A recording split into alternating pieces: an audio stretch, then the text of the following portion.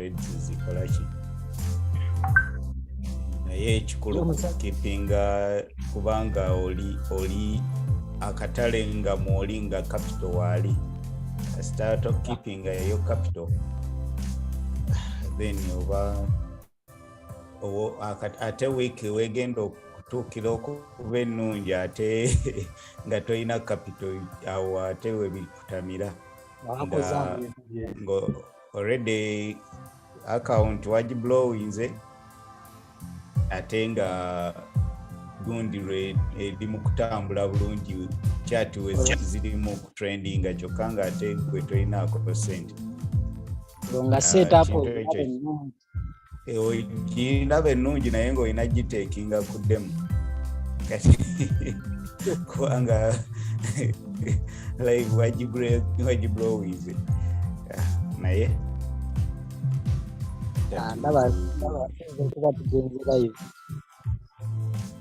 yeah, we are getting live.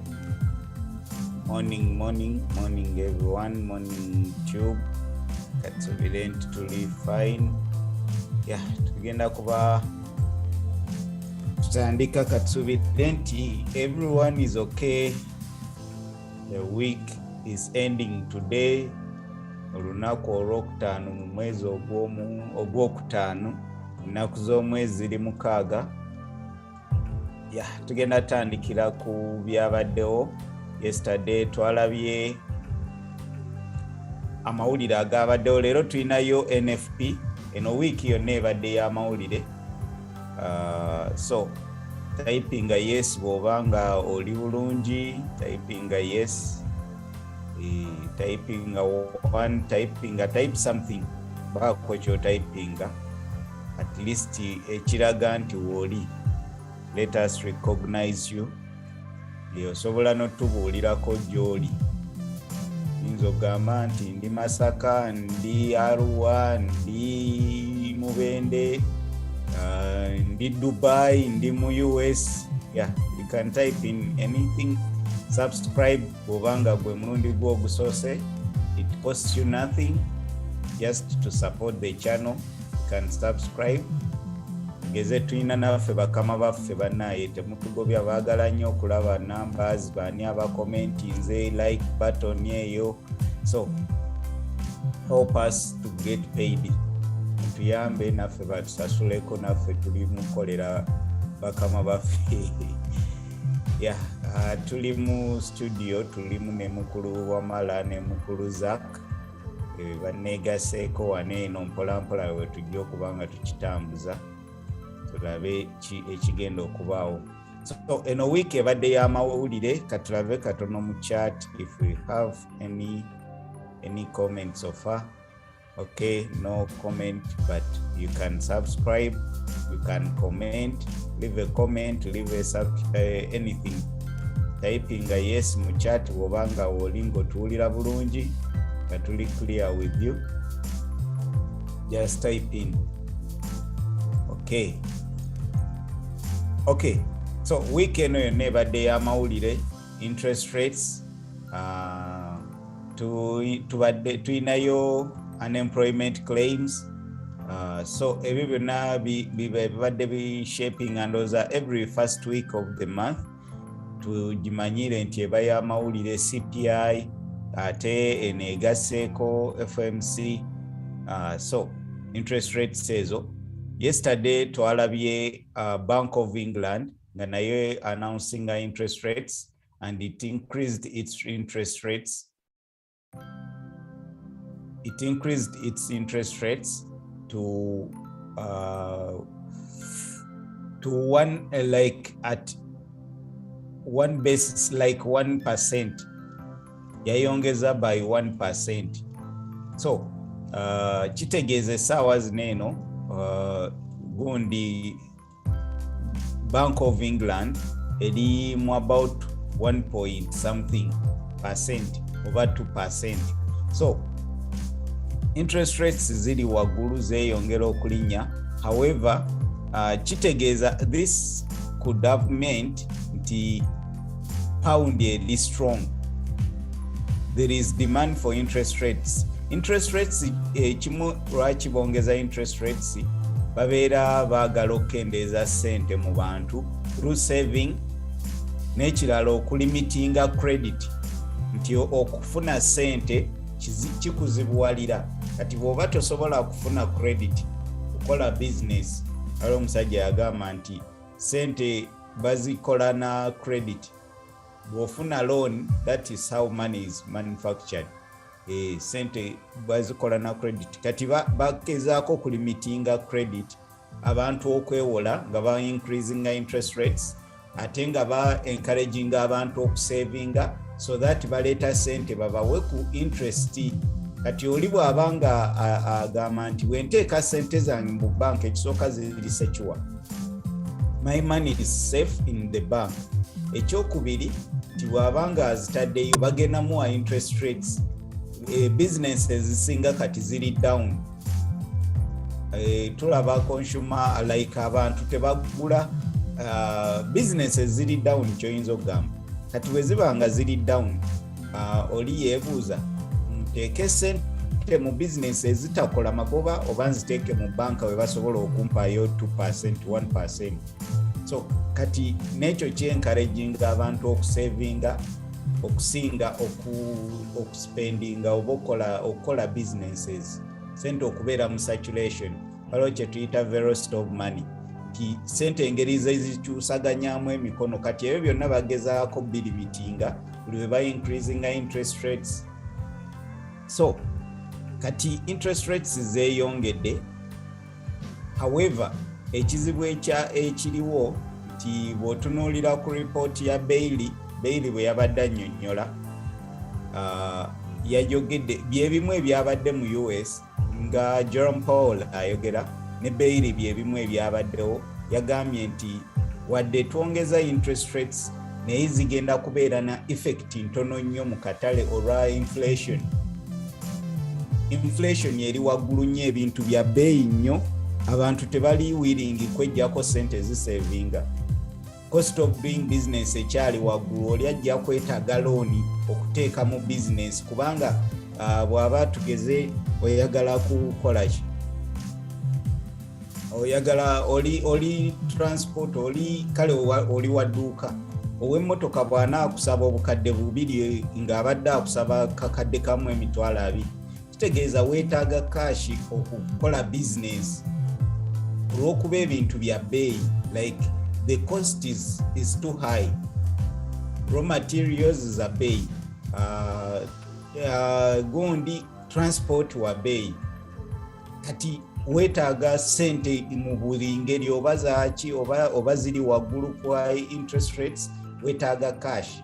So kati ekyo kyekiriwo nera yagambye nti interest rates za increasing by the end of this year. I mean, year to year interest rates za UK ziri ku 10%. So you can go here no somako ku bino ebintu bibeera bigezaako okuwa Bailey navigating. Okay, kandabe waneno baweri like UK interest rate, inflation rate, sorry, not interest rates. Inflation rates ziri waggulu nnyo nti zahitinze record high of 10%, ziri ku 10%. The risk of inflation has skewed to the upside. Like bakyalina risk ate bakyasuubira okubanga zeeyongera when CPI inflation falls, it will fall rapidly. Naye nga bakyalina gundi concern nti inflation ekyalina bakyasuubiramu rise in prices prices ebintu. So ekyo kyekiri ne mu gundi yonna ekyo kyali kisuubirwa nga baprintinga sente buli kintu bw'okola oversupply of money buli lw'okola oversupply of anything ne bwaba kasooli ne bwebaki oba osuubira okuinflating okweyongera obungi supply nebeera nga surpassinga demand. So sente zibadde nyingi ba printinganga sente buli saawa trillions. Twalabye Bank of Federal Reserve eyagala kukatinga gundi it's what it's budget, like it's balance sheet nge ekendeeza okugula treasury bills biki. So kati ebyo byonna bibeera bigezaako kendeeza sente mu gundi, naye nga inflation nze ekinewunyisa nti Uganda ebintu omuti gwa sabbuuni we gudabolinze bagamba tuli ku 4%. Inflation ya Uganda oba 4% oba 3%. Ebyaffe ebya Uganda bibeera opposite of the other countries. Kireno ize nakitidde abalala America bwebanga egamba nti eri ku 8% nga waliwo 8 to 15%, nga bwebanga England n'ensi endala esinga ziri above 10%. Nga waneeno bw'otunuulira school fees zonna amasomero gonna gayongeza, bw'otunuulira buli kintu transport yeekubisizaamu, bw'otunuulira emmere buli kimu, omuceere kilo yalinga ku 13 mu something 32 ezo simanya super simanya ki, saawa zineeno ziri ku 14 mu something. Toyinza kuŋŋamba nti eno 4%. Butto eyali ku kasanva ayingira gumu 2. Bw'otunuulira simanyi ndowooza ebimu just naye nga byebyo just twagadde kuyitayo eyo gega amawulire nti wadde twalabye interest rates ezandibadde zireetera pound gije okubeera ng'eri strong, meaning nti erina kuba ng'erinnya, then inflation yaleetedde nti there is no need, that is situation affecting economy. Inflation si nnungi eri economy. Kitegeeza ne wabanga interest rates weziri nga bazongeza, however inflation ekyasapasinga interest rates. Bino twabyogeddeko byebimu criteria kyova olaba twalabye nga pound zonna payers okugeza pound US dollar, pound yen, pound zonna za parliament nze zakkiridde olw'eyo announcement. Bw'ogattako equities market, zi Nasdaq zonna ezisinga zabadde zakkiridde olwa announcements zineeno nti ensi eri ku bunkenke bwa inflation. So kiki kye tutunuulidde wanje oda kutukakkiridde simanyi kamala okulaba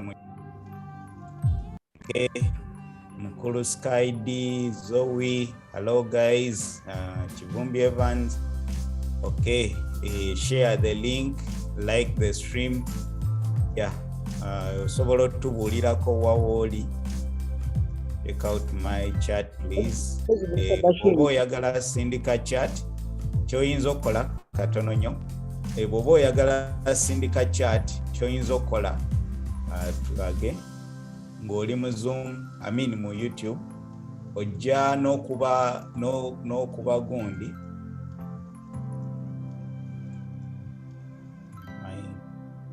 my laptop is going down. Ojja waneeno ku kamera, ku kano ka kamera, yeah.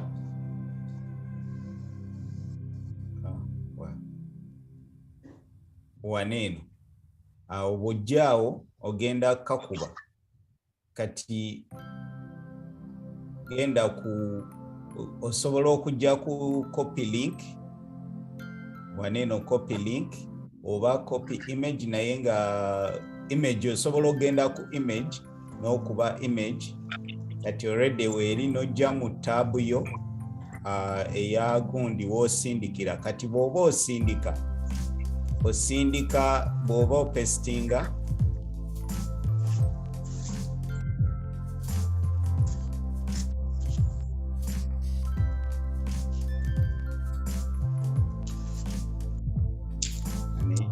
show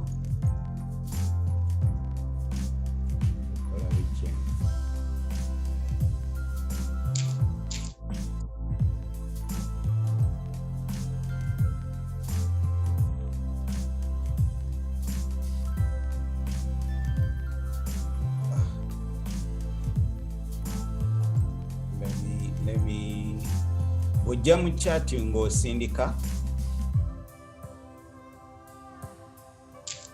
select ganyo selecting aneno osindika kagundi kokka kaba kasembayo like the last gundi tosindika byonna byoba otadde ku gundi abe wano oba nsobola okkiikira link eganya okumpa kyembadde njagala like link eyo oba osobola kusindika link esembayo bino ebisigadde like ewali /chat/ kati kana akasembayo akaliko kaneeno kosindika kokka yengeri gyoyinza osindika mu chat eyo like A9H kati something like that ekyo kyosindika tosindika bineno byonna ebya trading view kubanga eba tejjajji recognizinga you just send the last one bw'oba oyagala kusindika chat yo mu gundi so ndowooza mukulu w'amalo badde olina kyogamba badde nina kyembuuza nga tetunavaako wali ku mawulire ekisooka buli bwe bayongeza interest rates nze ndowooza abantu it leads kale to low production in the country kubanga abantu olw'okuba nti baba balaba nga ssente tebasobola kugyayo ssente mabanka kutandika bizinensi mba ndabanga ekigenda okuliidinga tu era ssente okwongera okuba nti tezikyakozesebwa low production nga bw'ogimanyi in the country okuba nti kati tugenda kuba nga the development is going to decrease 1 2 1% gye baba bongeza tekiba kinene nnyo newankubadde nga interest rates ziri waggulu naye kiba si kinene nnyo. Another question is waliwo ngeri gye basobola kugira ku memo like kwongeramu ssente maanyi nga tebaongeza interest rates kyokka ekyo kye balina okukola ku increasing interest rates basobole okuzzaamu ssente amaanyi.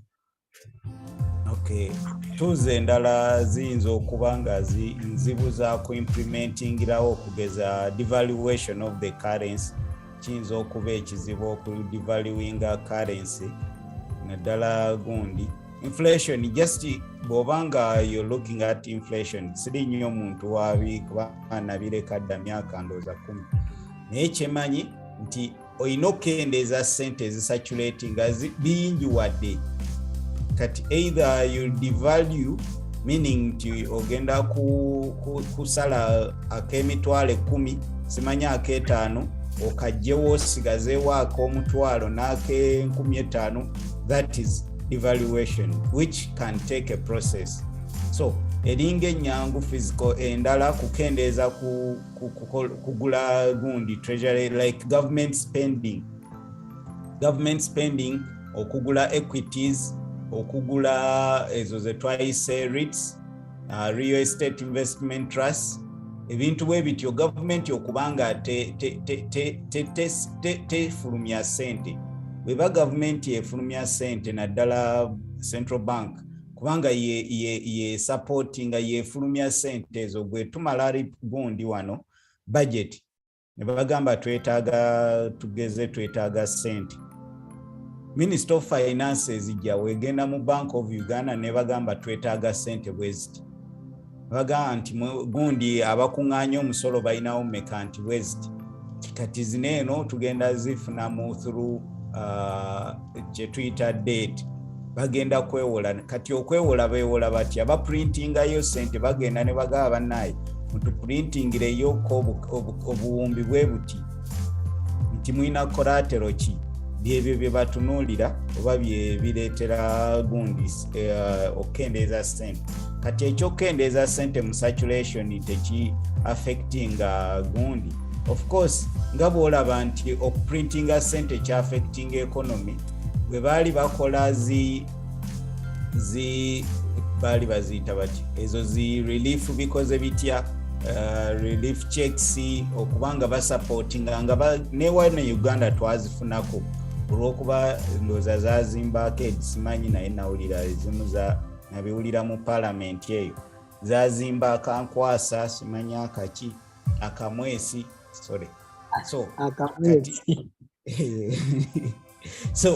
kati ezo sente baali bamanyi nti buli kubanga America ndooza buli quarter yafulumyanga 2 trillion 3 trillion ezo sente zaali nyingi naye okubeera nga barevampinga oba nga bapushinga economy balina okufulumya ezo sente. Waliwo kye bayita necessary evil nga bamanyi nti inflation ejja kujja sente zijja kujja kati n'ekyokwongeza interest rates bamanyi kibi ki affectinga businesses naye bw'obanga obadde oli mu kunaturinga business oli mu zipushing oli mu ziyamba noba emyaka ebiri kati ogezaako okuta step back so that economy normalizing kati bineno bagezaako ku normalizing economy okujja sente ziri zeba injectinga mu economy baziskemu wadde kiba kya bulumi naye ate nga kirina okukolebwa so that they can move forward.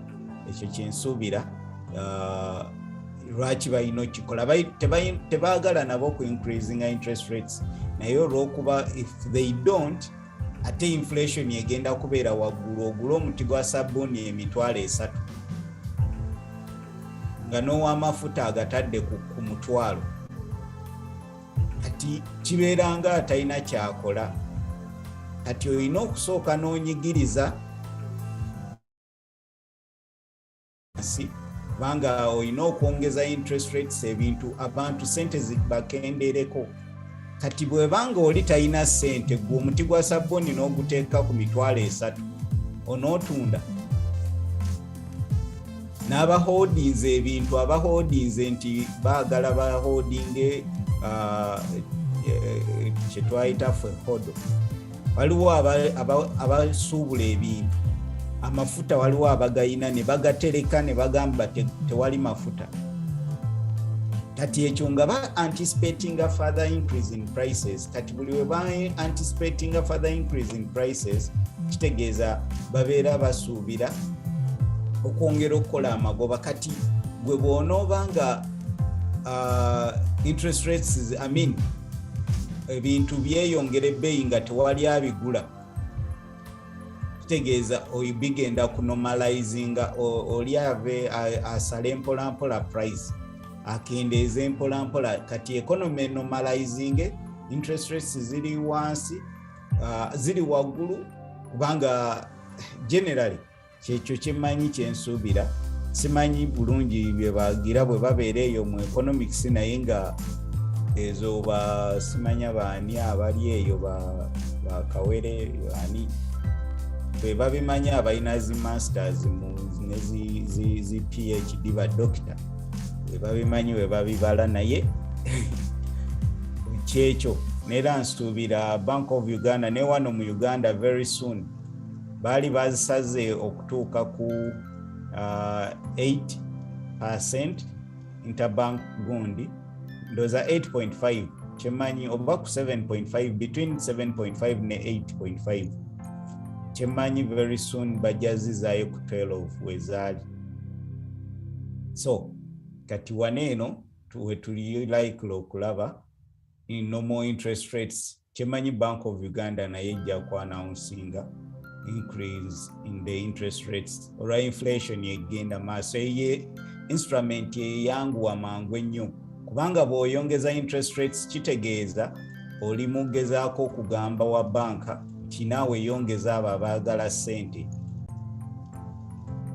kati ono ayagala ssente of course ayina okuba kigenda slowing economy naye ate ndooza yengeri y'okukendeezaamu ssente eziri mu saturation nyingi in the short run kubanga mu saturation mulimu nyingi kati sooka okatinge supply nene like supply eri bweti kati soko katinge supply then you controlling ekiri wanene soko controlling supply enereta then you labengo controlling ekiri wano in short run kigenda ku affecting akatale naye in the long run kigenda kunormalizing abantu babere kubanga gwe ne bono yongeza kilo y'ennyama ku mitwalo 2 ng'oli ayina waawe ekyetaano kye kiri awo tekinaako tabu agenda kugirya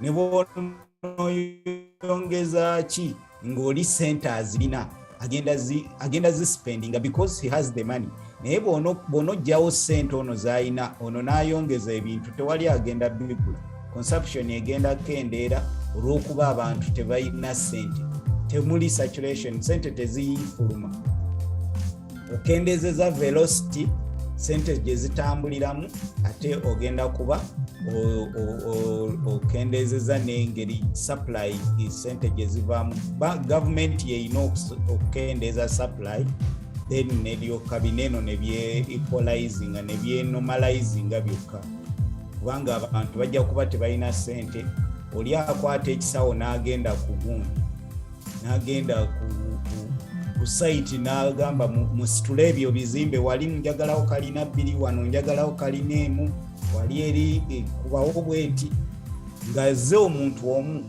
ezo sente omuntu oyo omu avudde eyo gy'amanyi gy'azijja simanyi naye manyi gyebali kitegeeza azijja eno aziyingiza mu economy kati gavumenti bwekendeeza okuprintinga sente okuzifulumya kitegeeza omuntu ono abadde n'ebizimba agenda gamugira mulindako akasente kakyesibyemu kati omuzimbi ono abadde afulumya yingiriya buli ssaawa amanya akasente kajja akola gwe ne bona omugamba omuti gwa sabuuni gwa 8 gwa mutwalo agenda wali mu supermarket ateekeyo emiti egyo 5 agende waka kubanga yafunyeeyo obukadde bwe 10 sente ziri mu supply so tezirina kye affectinga nga zijja ebintu nebiba bya bbeeyi naye kasita ebintu biba bya bbeeyi ng'ate ne sente sirina togenda gwe atayina nze atayina naye abantu balina sente olaba oli agenda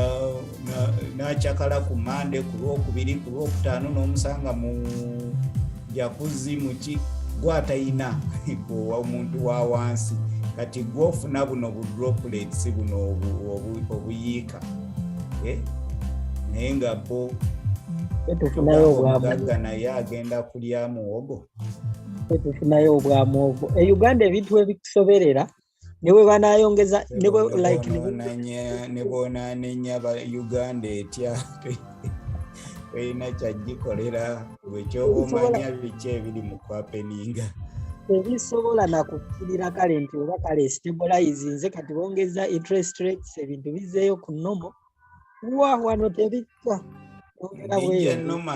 bijja nomale ebyo kabyokka nga tebiriiko bakola ebyabwe simanyi naye nga nze kimanyi nti tuli waliwo we twaliko ku Zoom ezimu ne bannange ne mbagamba kijja kubeerera kizibu okuddamu olaba ku kiro y'ennyama ku gumu 2 ndowooza tewayise myaka 2 yine egenda mu gumu 6 ewasinga kati eyingira ogumu 6 yes tesobola nakuddayo ku gumu 2 kati abagenda kuba tetunatandika kugirya naye abagenda okugirya mu maaso kaawe era tulina gitegerako 2 temunatandika mukyayiga njige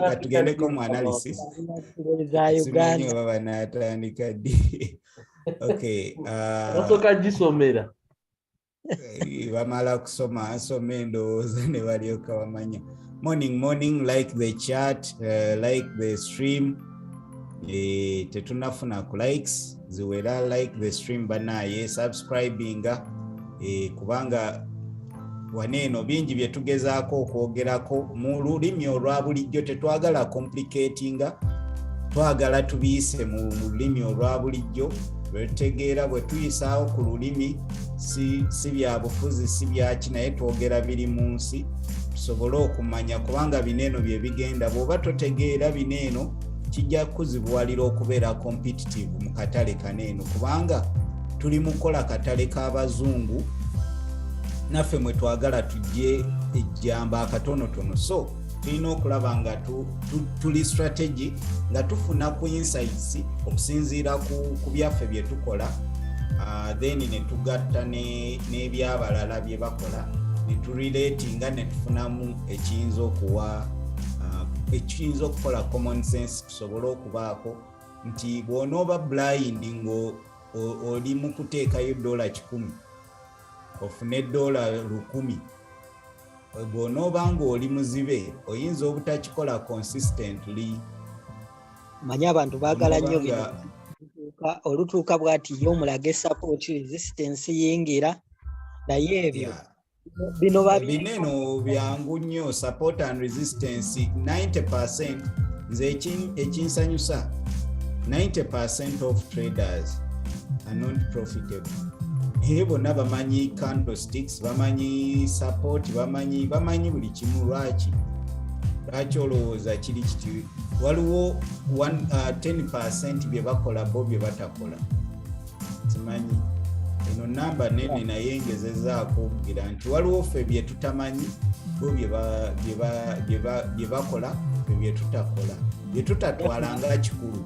Oli ajja Yakuma yagamba bwe bamuleetera ekintu ng'alaba kyangu nnyo buli omu agamba yes yakiyita rubbish. Awali ekizibu ye waasitinga walaba omulamwa.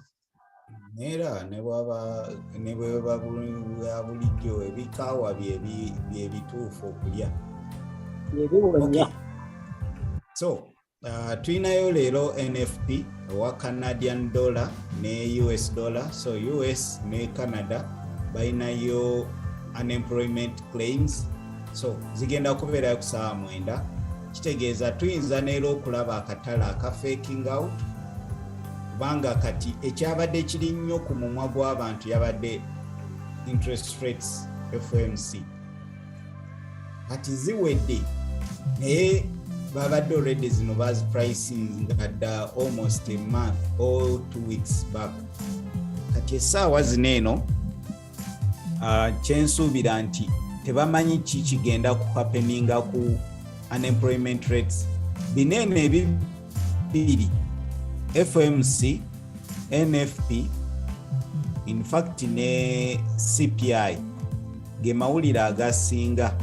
NFP non-farm payrolls zoyinza okuyita zi non-farm employment change oba non-farm payrolls, then ne CPI consumer price index ge mawulire agasinga ng'ogyeko bino Russia erumbye gundi simanya ku Katulina omuyaga Katulina tsunami zigize earthquakes ebyo nakyo gundi naye bineeno bye bisinga ge mawulire agabeera ku economic calendar ngeno gye tuliko Forex Factory okukola impact enene mu katale oba crypto abagira aba trading aba buying crypto abamu bagamba trading crypto naye nga ta trading anga nako.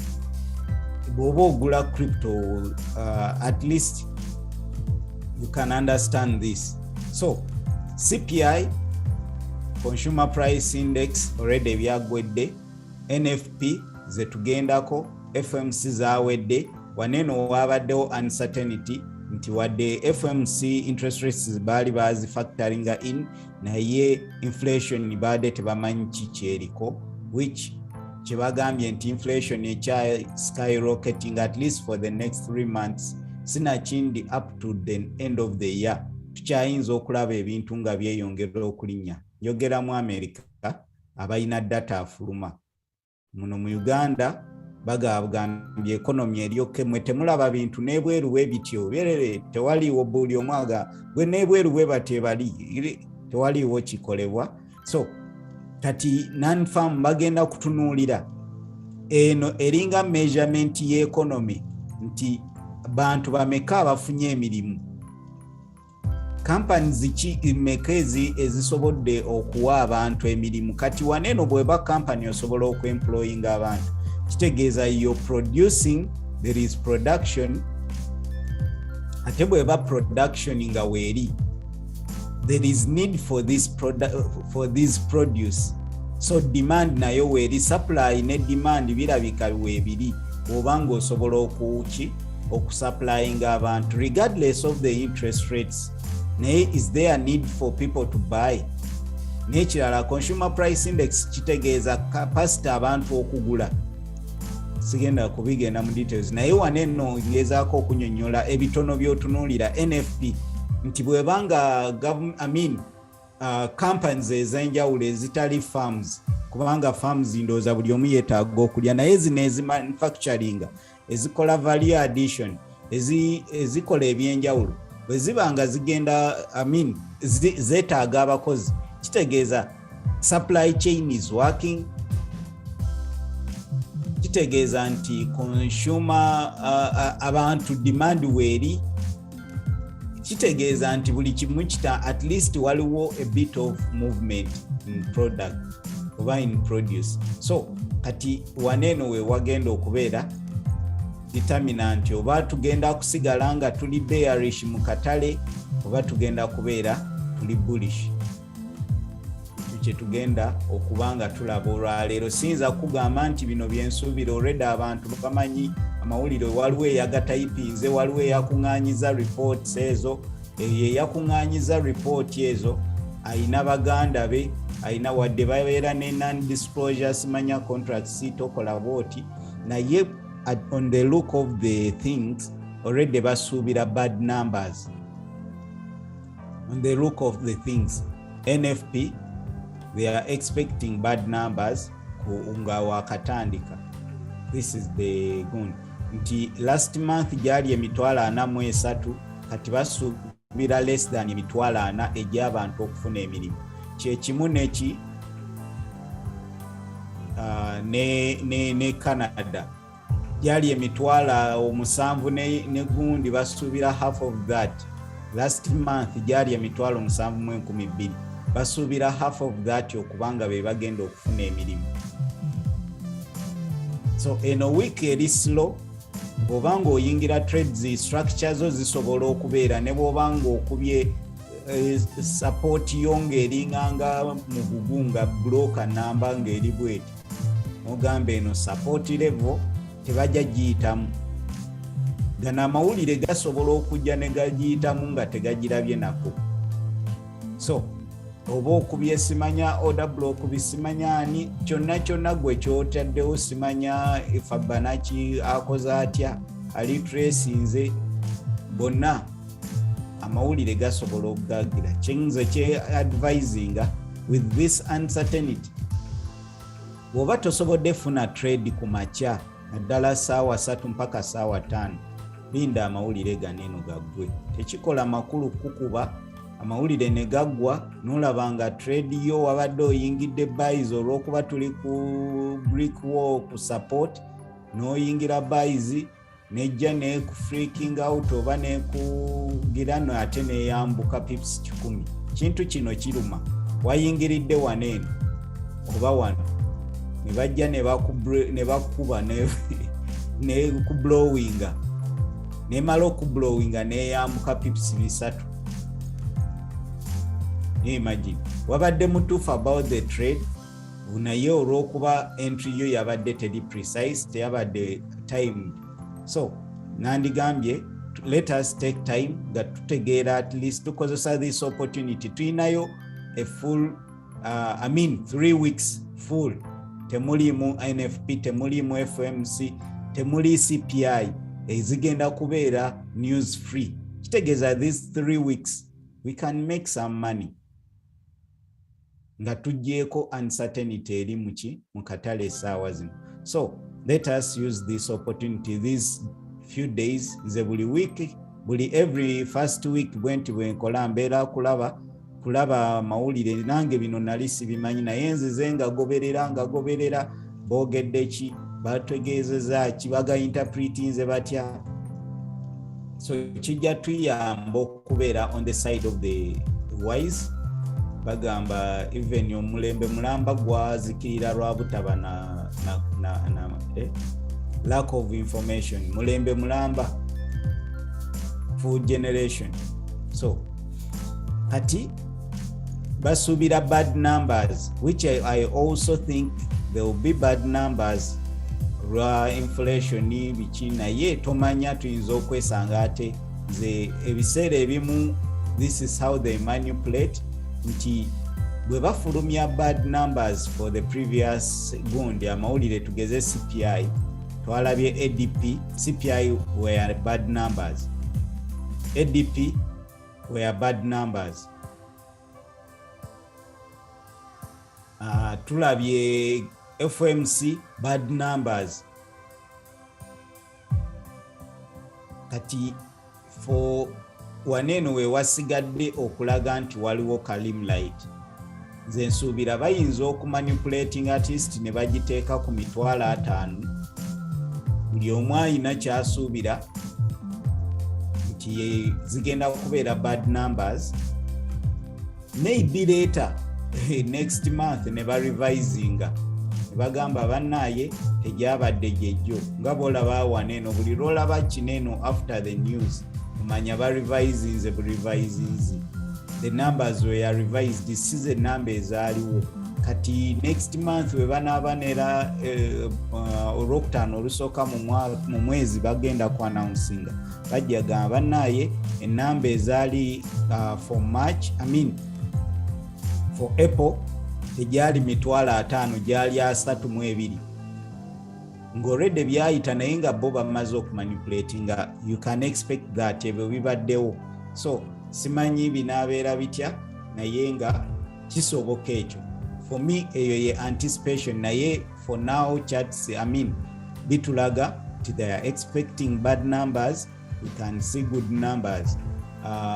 Unemployment rates ziri basuubira small numbers, abantu bayinza okuba ebintu bineeno, emirimu giyinza okuba nga gyeyongedde naye ng'ate n'abava ku mirimu beeyongedde,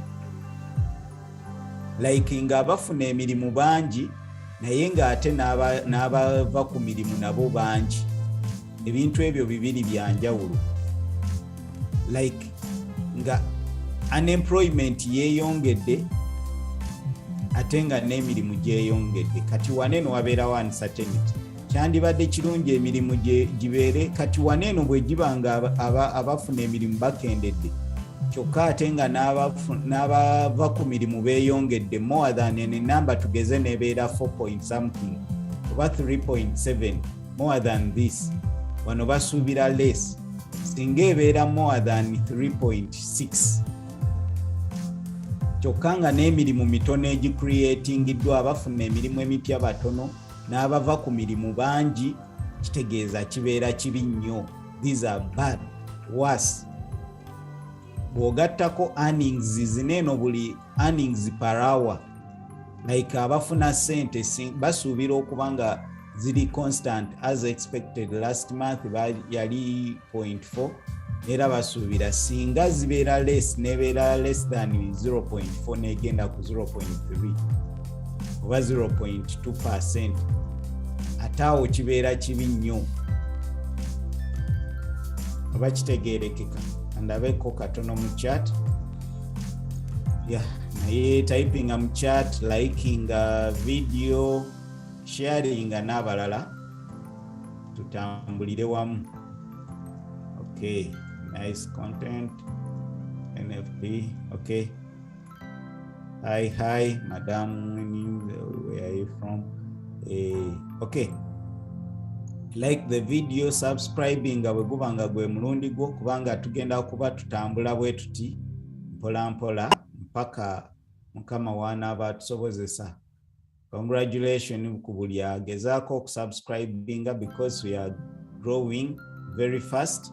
In fact YouTube channel isinga okudduka, kubanga ndowooza every day tufunayo ba subscriber abasuka mu 2.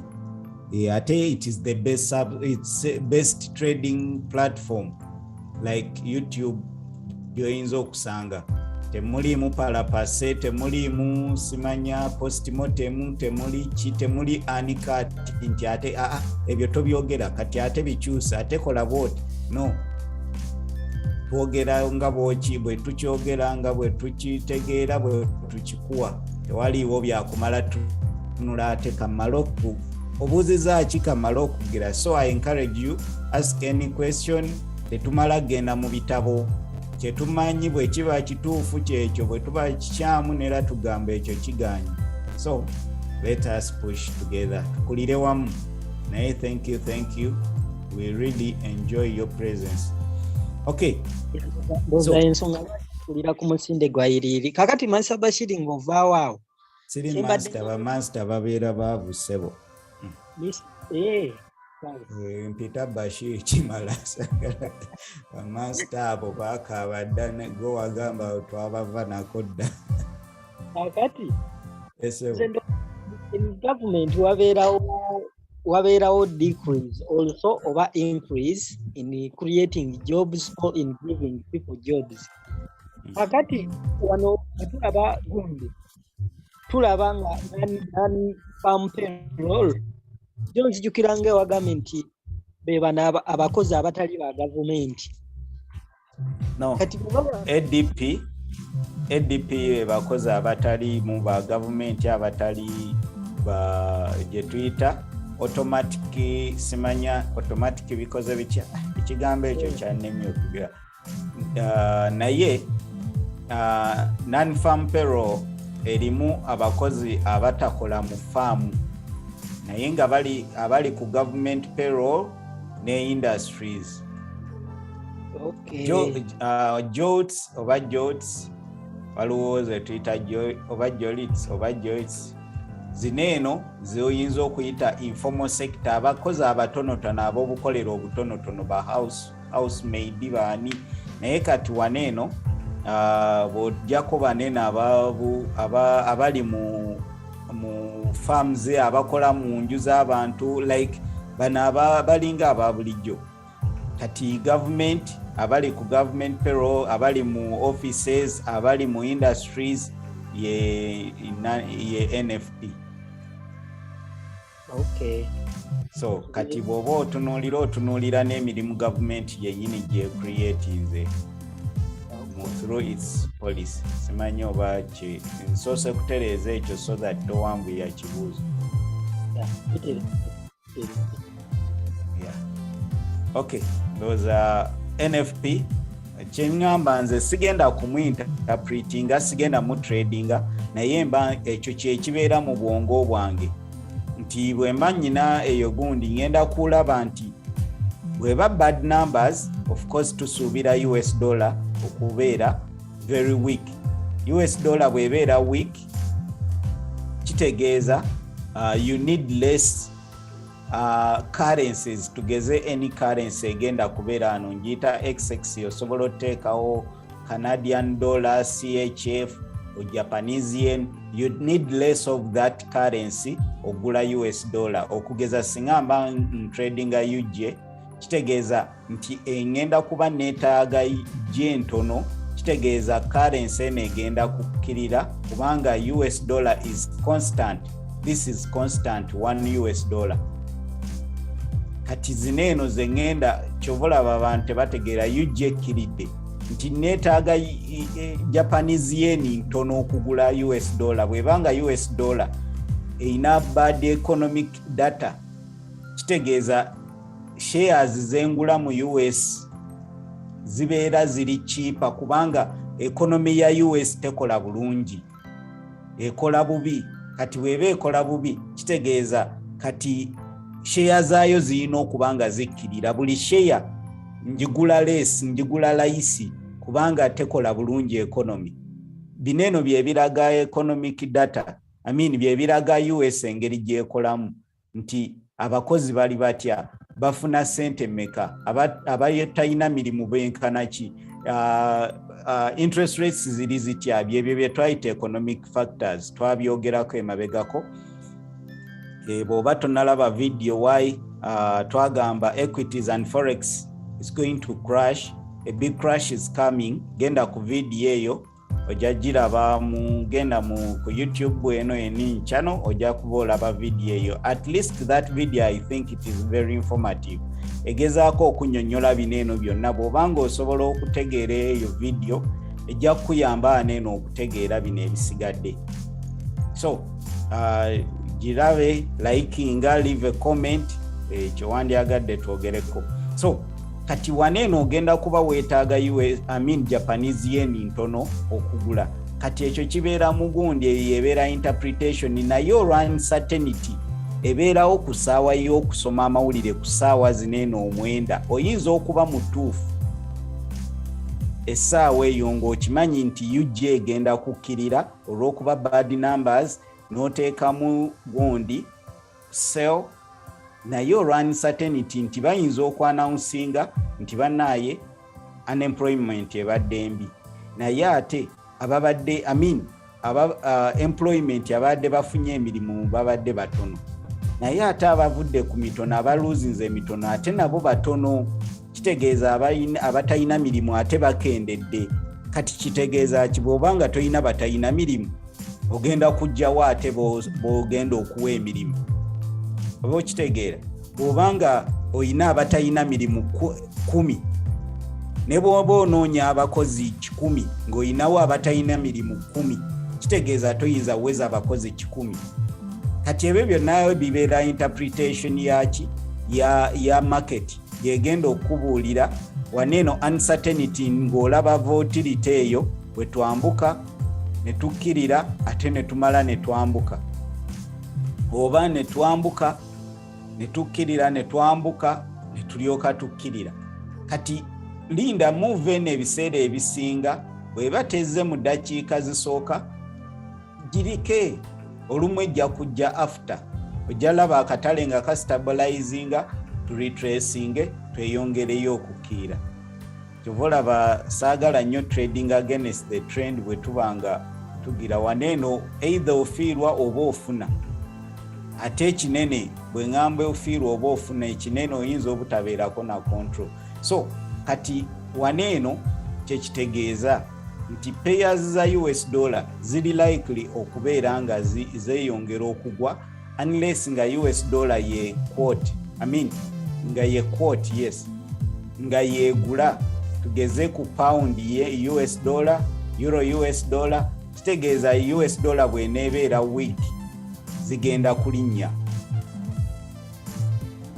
Lwaki nti US dollar eggweddemu amaanyi ate kati pound ye eri constant 1 GBP tugeze GU ankole GU. Kati kitegeeza eno weetaagemu bakugamba pound yemu egula dollar meka nti 1 point something. Kati bw'ebanga eno eweddemu amaanyi eri week olwa economic data kitegeeza weetaaga US dollar nyingi ogula pound yemu kitegeeza tuli likely okulaba mu pump. Kati amawulire ago wegatyo wegatambula. So nandi encouraginze gezaako okuga interpretinga gezaako gatunuulira biteeke mu bya bulijjo. So wow, what a push. Mukulu w'amala wakalidde nze nkalidde ne badde sagala ku interpreting ku interruptinga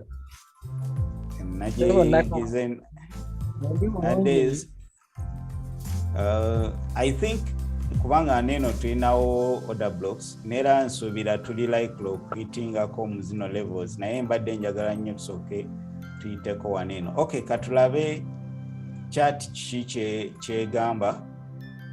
Nze ndi contented with the week kubanga ebadde up and down ebadde so volatile. So kati sitya kikijja naye this is what I would like to see anytime nti after big push banjagala saagala nnyo okugenda against the trend naddala nga tuli kukola ki tuli mu news week. Bwebanga empadde sales nja kuba noonya sales anytime until ngenda zenti tugenda kwambuka nge empadde fake out here netuddamu netwambuka neno naye I think for sales we are likely to continue a little bit lower. Katugendeko ku monthly tulabe weguli. This is pound yen. This is pound yen.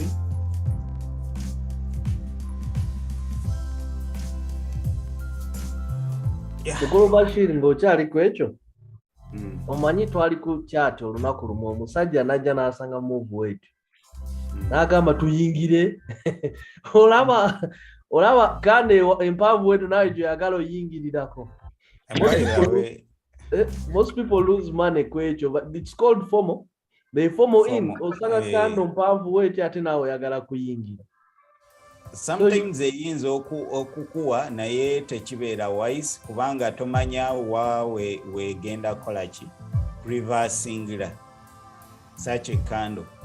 So oba tomanya waawe eri likely ku reversingira tekiba kirungi kuyingirira ku candle bwetyo.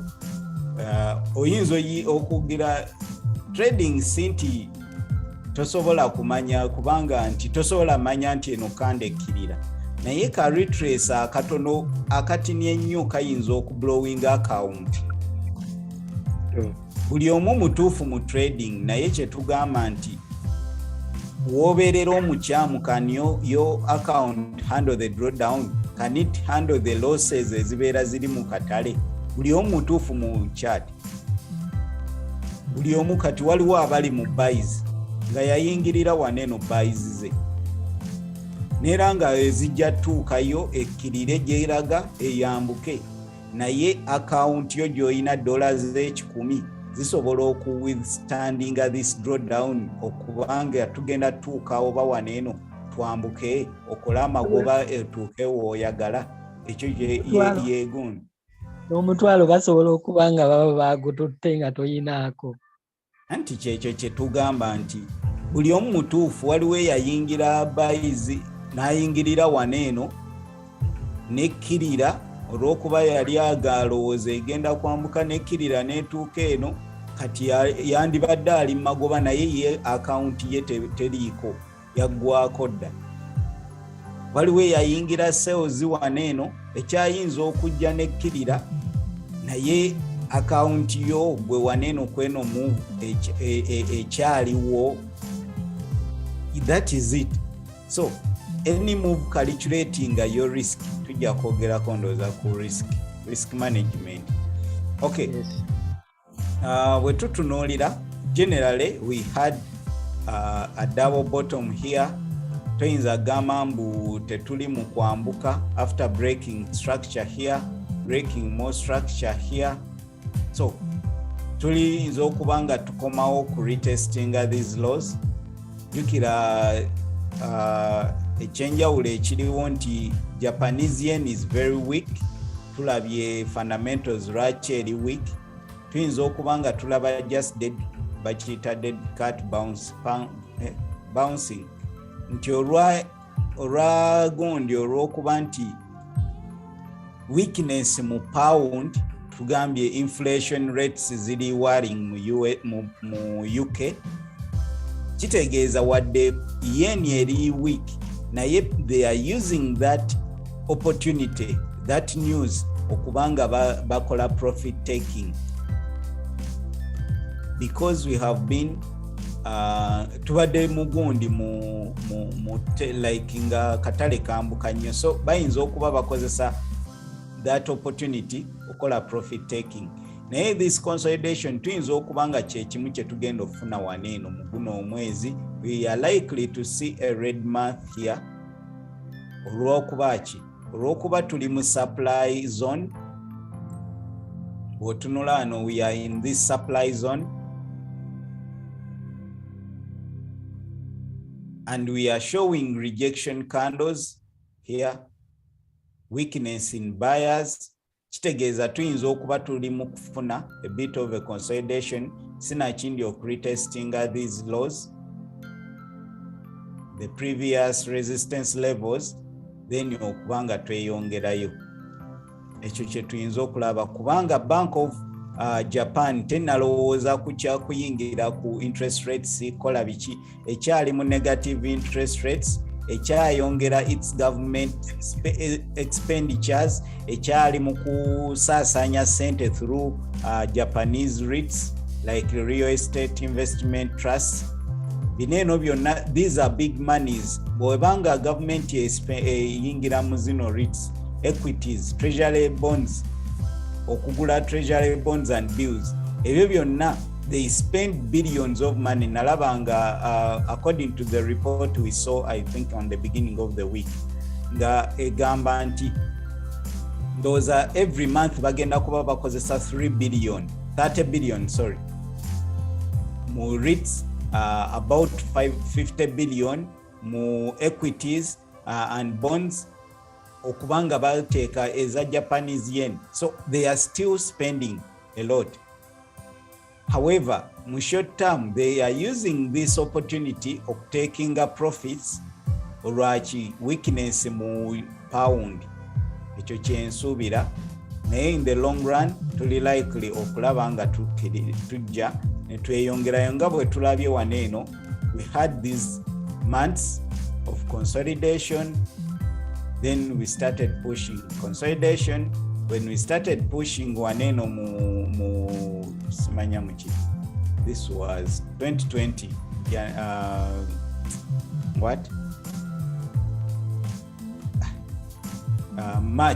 January 2022, sorry. Then we started moving up or retesting these highs. So we are rejecting the supply zone, meaning if we come back here tunoonya levels wawe tuyinza okusinziira oba okurejecting okwambuka oba okubreakinga okweyongera eno wansi, which I don't think we are likely to come back to these lows with the continuing weakness of the Japanese yen. Naye nga kisoboka. So for now tuba tunoonya levels ki ze tukola ki ze tuyinza obouncingirako, naye bineeno bya long term. So for now tunoonya support levels we tuba tukkirira wawe tuyinza okufuna rejections. Nsuubira tujja tandikira wano okubanga either tufuna support okweyongerayo sinachinti lower than that point. This is on the monthly. Kitegeeza buno bu small levels nabo bukola sense bunene, all these lows. So I think we are likely to have a reversal mweno area. Anywhere, let us go to the weekly.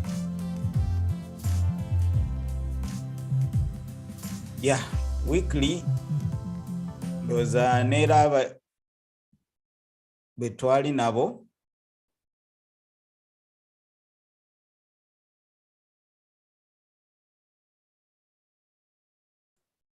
Mukulu Bashir cheka ka network kamusumbuyemu naye abachwezi balabika baagala kutukwatamu. Kati mukulu wamala, can you share your chat? I cannot share it. If you can share yours, you can. Ojirabe yokuside? Ojiraba, Okay. Kale tuyenge mukulu Bashir ada kyakola analysis ku GJ kantandike kansukenzi jembino tugende maaso. So let's start afresh. So wotunulira GJ oli kugundi ki ku daily? This is daily, yes, this is daily time frame. Okay. Wotunulira GJ right now, you can see tuina wano rejection zone. Nze engeri jenkubamu support ne resistance sigenda kugundi nyingi nnyo, but this has worked for me and it has been working for me for quite a while. Kibadde kinkolera, so nensalawo kyadoptinga. Okuba ozikuba otya? Nzikubira ku kando. You know, most people bagamba nti fe twatandikira okusoma bino ebintu baby pips yonna gye twatandikira from way back, because trading I think atingenda myaka 3 from way back nga batugamba soko zooming out what Obalo zooming out olabe bulungi areas. Which is right. Abanji bakikozesa. Naye nze personally kyansumbuwanga cause naranga okufuna trade nebuuzanga, is that the right support, is that the right resistance, bintu bingi. So I adapted a new strategy, I adapted a new formula gyenkozesa, and it has been quite successful. Ekola bulungi, tensumbuwa. So nzija nezoominga in to some particular level kati nga olaba, so I can clearly see nti kino ekintu eno market weyadde yambuka yazze nekkirira weyatuuse wano nefuna amaanyi agagikola ki agagisinga to the upside. Kati wenanga ekintu ekityo manya mumanya pullback kubanga tuli mu kukola ki, tubadde mu uptrend, tukoze pullback, then twambuse to breaking the structure. Yes, twambuse to breaking the structure. So we tugenda mukulu Bashira atero kyogerako structure ebera ne structure webe yambuka ebera ne higher high higher low. Kati no yeba higher low yange according to structure. Yes. Kati no yeba higher low yange, meaning ne tuba ne higher high wano waguru, because it has broken. You cannot create a higher low nga tonabakola higher high. Very good. Yes, so the fact that one or two breakings, meaning we are creating a higher high and an efuka higher low yafe. Yes. And what we are kudairi eno structure tenaba kumenyeka okungama tudukina. Okay. Yes, so the bias at this point inakuba buy, but just at the back of my mind manchi manyiti kabai kayinzo kabai keke njagala nete chingana kutwala sales wezindabikira obulungi. So hasubira aba YouTube babitegera bitegirako wabera the question they can ask ako kasel ketuyita ka counter trend. Kasel kaba ka counter trend, yes, like so a trend against the trend naye oloku osoka funa bukugu ofuna with experience otandika ogiraba bale njagala mukulu Bashi wabatana bakudda nja kuita mu trade gentute alia. Okay. Kati wetweyongerayo wetugamba tweyongereyo tugende mu lower time frame because the main njagala nyo daily netandika okukirira eno structure tugijeri waggulu okiraba. So looking at this structure here wetu analyze nga tukira bulungi nti wadde structure yabadde nene ne kuno kuliko structure yayo, kuliko resistance zayo, kuliko support zayo. Yes. So ekyo nakyo nga kimpa bias gyengenda okukolerako ku lower time frame. Kati wenzikirira wansi weno 4 hour, it tells me another story. Wadde tuyina zino zimain zetulaba ennene mweri monna, but there is still more information to be supplied. Kati 4 hour yo jagala kochi because omazo kuba major resistance and major support. Kati ozze wano ku 4 hour. Yes, kati nzize ku 4 hour nga kubanga nze time frame yange gye nsinga okwagala eri 30. Kati weba 30 ganye wenzikira ku 15 zawe ntera okutradingira nze ndi super scalper. Ndoza kumite super scalper nga kubanga nze trade zange tezitera kutwala 2 hours oba even 1 hour. It is very rare. And this has worked for me for quite a while. Abazi oyinza osanga kati nga mukulu Lukundo yayagala nnyo 1 hour. Naye buli omu or you build your own strategy okusinga gwe kyoyagala depending on what you want. Yes. Kati nza trading ku 30 minutes 4 hour eba nnene nnyo. So nino ji breaking it down okumanya what areas are we talking about. Yes. So I will come nendaba wano nti etandise okuzimba support. Eri trade yadde tena gikola naye otandika ogiraba nti there's something it's building from here. Okiraba? Kati resistance wano tebaddeyo tetugimanyi.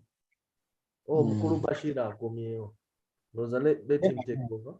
Mass. Wedda wendisewo. Oh, sorry, bade sikulabi. Kale. So anyways, wendandika okulaba support eno wano kayinza olabika kati naye ku smaller time frame egenda kuba y'amaanyi. So when I move to the 1 hour, I start to see structure develop. Bulungi jikira nze ngawe ngambe njagala nnyo 30 minutes. Yes. So when tunulira eno structure kati manya jikira eno evudde ku 4 hour ne ku 1 hour ekola ki? Kweri eraga bulungi. So bias yange when tunulira no overall bias enene yabadde ya buy. But when I'm zoning in to the lower time frame, tandika okufuna bias endala to what can happen. So when natunulidde kino ekintu ngandaba momentum surely. Wobo wasomako ku trading, or you can see the momentum. Though this is a daily support, but momentum eno nga sinaba kutuuka wano. Me, I'm still believing sales kweziri. Okitegeera ke twayise counter trend. Yes. So nengamba most likely kiyinza bouncing off wano. Netandika onoonya areas kwe tusobola okufuna rejection etuzza wansi. So the other point I thought would happen lwakuba bino byaba eno area when natuse ku chat bade baji breaking zedda nga sikyasobola giconsideringa kati eno resistance yabaddewo before yakoze kano ka move. Are we together? Yes. Kati wentunulira chat eno nemanya nti baji breaking ze nenjireka nengamba kati kaninde e bouncing off here. Netweyongerayo kati ntuse ku time frame yange gye njagala. Kati ekisinga okutwala mu sales kuba nti oyagala tusooke tumale okuhitinga eno gundi eri wansi yensonga lwaki nze mbadde mbirivinga nti kino ekintu kyali kubye wano. Okay, kati yensonga lwaki onya sales kati okutuuka awo. Yeyo mentality yange. But it did not happen okutwala sales. Kati point yange natuuse wano ku 30 minutes. Nga ndaba eyagala eno hittinga wano. Nga at the back of my head manyi nti wano were breakings. Ate when nasembye olaba red candle no ebanga if I was in the market kweze sawa nali believe nze nteno yali pushinze kana katale wansi, right? But it did not happen. Naye olaba nti wabaddewo ka struggle wadde tekabadde kamaanyi naye kabaddewo. So kati at the back of my mind nenzija nenkimanya nti eno gundi njagala ne sales zikyalimu. Nengamba singa egaana nga kubanga esobola okukoma wano ne building a support eddala ekyo kyonna kyonna nadde nti kiba mutwe gwange nga nkirowoozaako. Kati kyekoze. Kati weyanze ne breaking eno level kweyakomye wali ogiraba eno level. Nengamba eno candle breakings nga nene. Eno kando yabadde nene nga sina entry. Nga sisobola yingira kweyo kando. Nga kubanga wetukebera pips zade mekezo. Pips nga 3 naye ate nga ate next rejection eri weba tubalira wano eri wano. Sorry. Eri mi pips 3 Kyate ebadde kiri mumpemwe yino. Nga next rejection eri mu pips 3. Actually, tezuera nasatu. So I'm at a disadvantage if I'm to enter because in the chenasoko yiga mu trading. I cannot make an entry nga sina stop loss. So when bandi wakuyingirire na kweno kando nyingirire wano sell stop loss ebera wano. So that I'm not giving myself any advantages. Actually ndi ku disadvantage. Nakubanga stop loss nene okusinga take profit yange. Tumanyo batwetegeera. Tuli fena. Kati tuba tuli fena nengamba nedda. Sijja yingira kangende ku 15 minutes ndabe. 15 minutes ogituukako. Nga njiraba nga ogiraba eri Messi. Kati wano experience wegiramu. With time bino ebintu obitegeera mpola. Because with time bino ebintu bitandika okuclickinga mutwego. This is experience now. Na kubanga I want to take my entry on the 30 minutes. Now I have to take my entry wano ku 30 minutes. But my stop loss ate tegenda kuba ku 30 minutes. My stop loss ngena giteka ku 15 minutes. Nenzija nentwala entry wano nga ntwala sell. Nga take the stop loss. Nentwala entry wano nga stop loss eri wano alinze no 15 minute candle, meaning Yes. nti newe beesazeewo okubawunsingira wano Nekujjamu. newe bensazeewo okubawunsingira wano oba kati 15 minute olaba nti wano waliwo structure esobola obawunsingako. Newe beesazeewo okubawunsingira wano nga ntadde wano gundi yange break even, still mba siri mubi, naye jjukira njitutte ku 30 minute. Ku 30 minute njagala etuuke wano kati olaba nti ndi fully magoba. Yes. So that is how I took that one. Oba oliddeyo z'olidde teri magoba mabi. Kati naye ate wano empadde full nga kubanga the entry yadde ya 30 minute yadde ya 15 minute, just 15 minute nagikozesa okufuna stop loss. So kati empadde full, empadde trade ebadde times 2. Thank you Mukulu Zach, that was good. Abachwezi tebakyatusobola bagezaako eno nga ate waliwo actually that was a good analysis. Thank you. Nsubire nti waliwo afunyemu gundi n'embuzi. Mr. Bashiri olaba technically tetuli babi kati technically nti oli mubi naye kamala okugera kubanga nade abadde njagala tubadde tuli ku weekly, daily. Weekly generally tulaba twali nabo twagamba nti we are likely to see more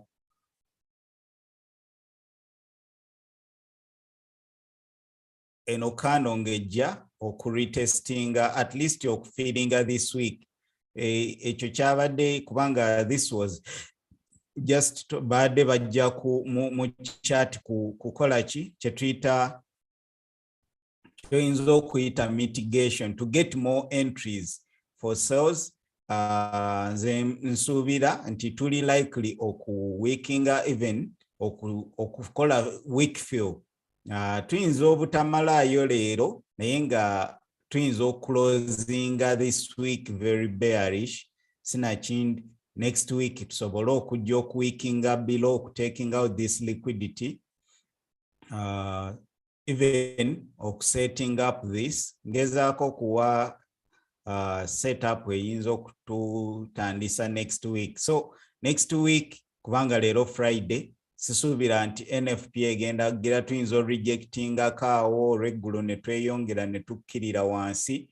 However next week tuyinza okujja ne tukola week waggulu oba wansi, something like this, ne tu rejectinga.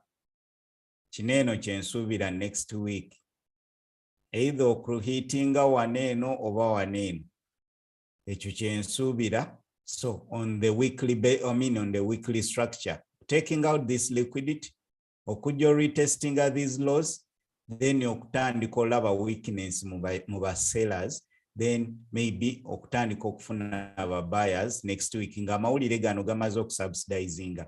Ekyo kyetusuubira naye this week kuba move ebadde nene, tuyinza okuba tugenda okufuna a bit of struggle okubreakinga these lows. Sinakindi bwe tunaaba tuvuddewo mangu nnyo breakouts zino toziconsideringa nnyo bwe tuba tu breakings, kuba tuyinza orejectinga ne tu closinga above this support. Ekyo kyentunuulira nti we are likely to close above the support level.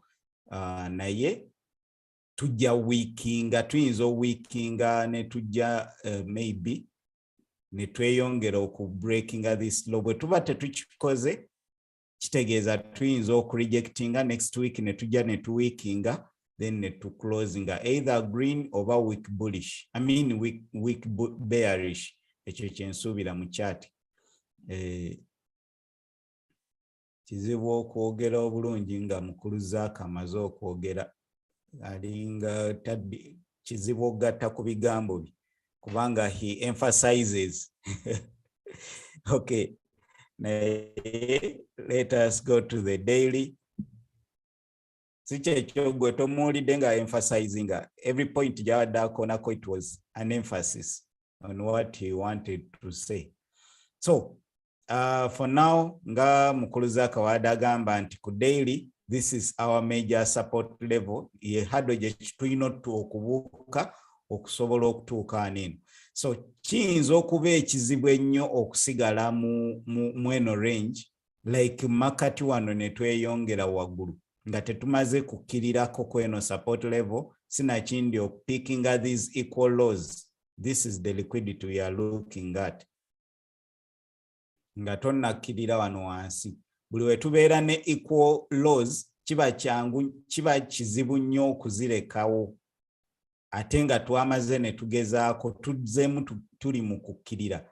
Chances nyingi nti we are likely to take out these equal lows sinakindi we tuba tufakingira out then tulyoke tutandika okwambuka. Ekyo kye tuyinza anticipating. We are just anticipating we are likely to do this oba okweyongerayo. This is on the higher time frame. Kati zino levels zibeera nkulu nti bw'obanga ofunye candle ne breaking out nga te breakinze ebiseera ebisinga fake out zijja nga candle breakinze te breakinze mu normal wedge wandyagadde. Tugeze ne tujja oba ku small time frame candle nejja ne breaking bweti nga mpanvu oba ng'eyina week mpanvu, something like this. Kati eneddako gwe bw'onooyingirira waneene eneddako esobola okujja n'ekola bweti. Kati nze kyenkola if I get such a candle mba njagala nnyo tusooke tu retesting waneeno nga bwe twakoze eggulu tufune a bit of a pullback. I will not look for buys if I'm to get a pullback. Kitegeeza mba njagala nfuneyo a series of green oba bullish candles tutuuke somewhere tulage weakness mu bulls either retesting at this level oba okulaga weakness then for a continuation to make a new leg down. So ekyo kintwala ku structure gye mbadde ntunuulira leero. Yeah, though I missed kubanga sibadde gamazima leero sibadde mu modes za trading kubanga not really nti week nsuubira eyange yawedde.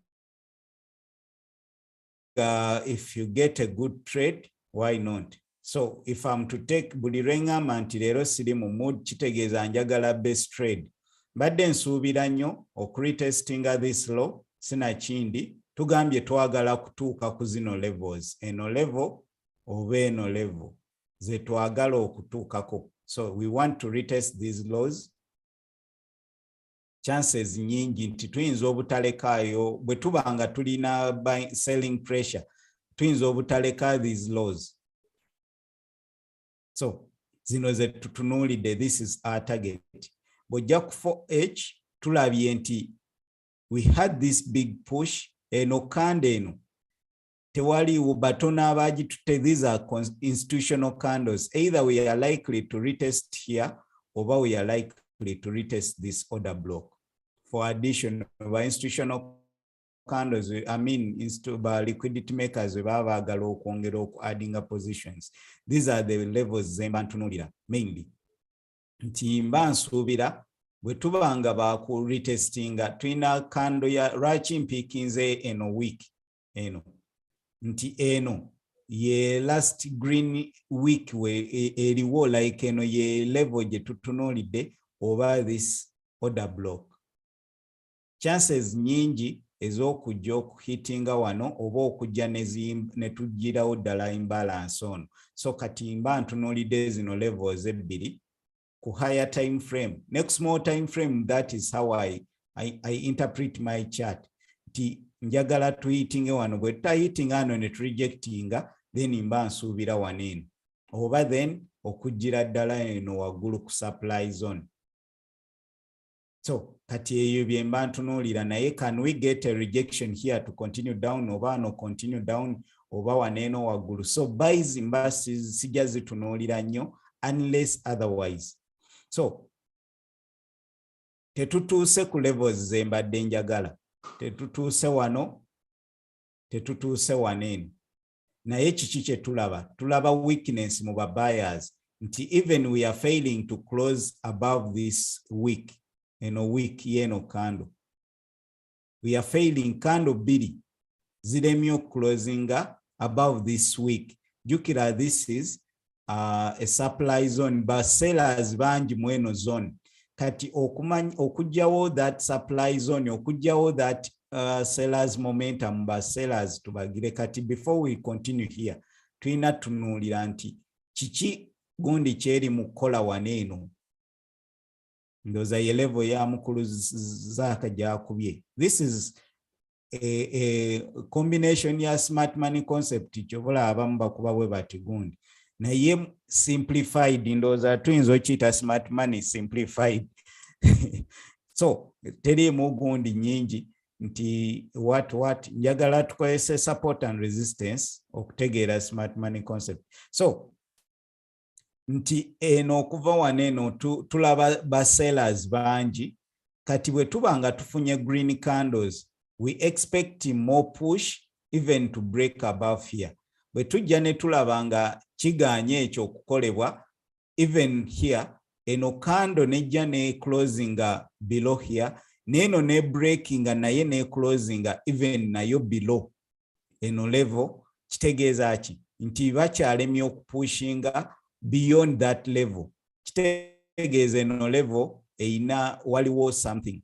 Kati ekirala ekijjidde ddala kweno level, kweno candle, nti to breaking the high of this candle, ne to breaking ne high of this candle, then ne tukomawo ne to closing below this. Kineno kisignifying weakness mu ba buyers.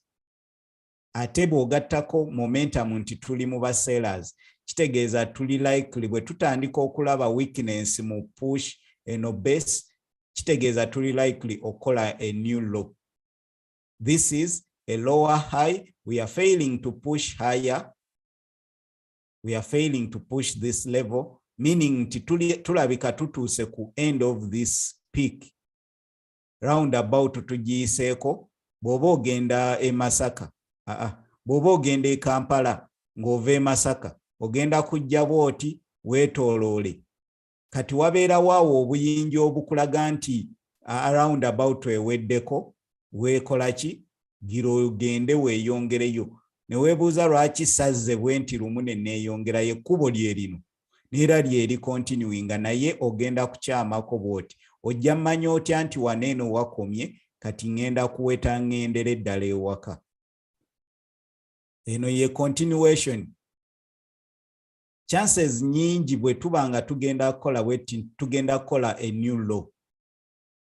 Nandibadde expecting nti yo take profit, kale oyinza okugamba from here, kubanga waneeno tuyinza okurejectingirawo to this low. Naye nze nandi anticipating nze abamanyi trading plan yange nti I anticipate a new leg bwe tuba tukkirira. So ekyo kye kibadde mu bwongo bwange. However, mbadde nkyayagala okufuna a better entry at a premium, okwongera okukola ki? Okwambukamu nsobole okufuna that. So kati eno leg njisuubira okukola etya? Njisuubira okujja okuretestinga wano, tufunemu a bit of a pullback to this low, then okujja waneeno. Kati I'm looking, can I get an entry here? Ekyo kye mba ntunuulira.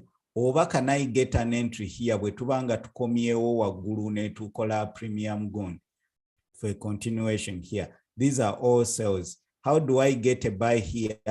Ngezaako okugira nti ne bw'oba tofunye trade waneeno, naye if you master this, kijja kwanguyira taking a trades ng'oli mu buliri bwo, ng'oli ku boda yo ku mulimu gwo. Singa tukomawo waneeno waggulu ne turejectinga, ne tuddamu ne turejectinga eno level, then ne tandika breaking these lows. Mba njagala retesting ano for continuation at least kweno level. We are making accumulating liquidity, leaving imbalances here, meaning tulina reason lwaki tusobola okujja. Naye njagala confirmation waneeno for buys. Confirmations ezo jagala tujje waneeno turejectinge, tuddemu turetestinge these previous lows, tukomewo wano wansi for a confirmation, a retest.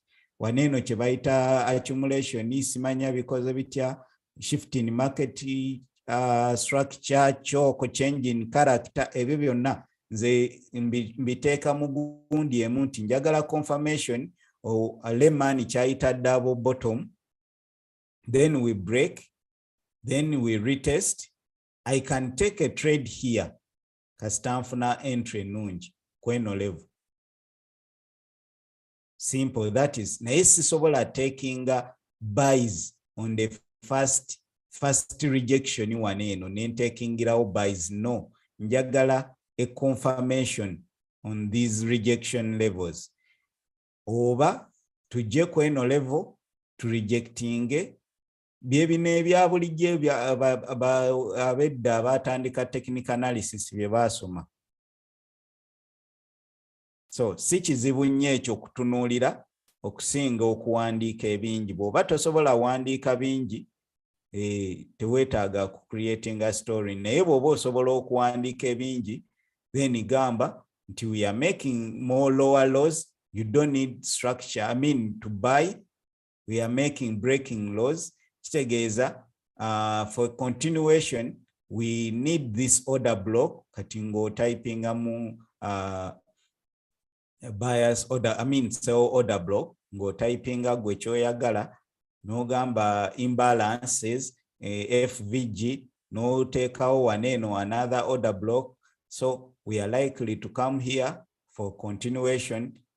Ebyo biri gy'oli, naye nze ngamba nti tuli waneeno. If we break this support, chances nyingi ez'okweyongera wano okuretestinga this level, the last green candle, then either to rejecting oba tweyongereyo. Simanyi oba tugenda kukkirira.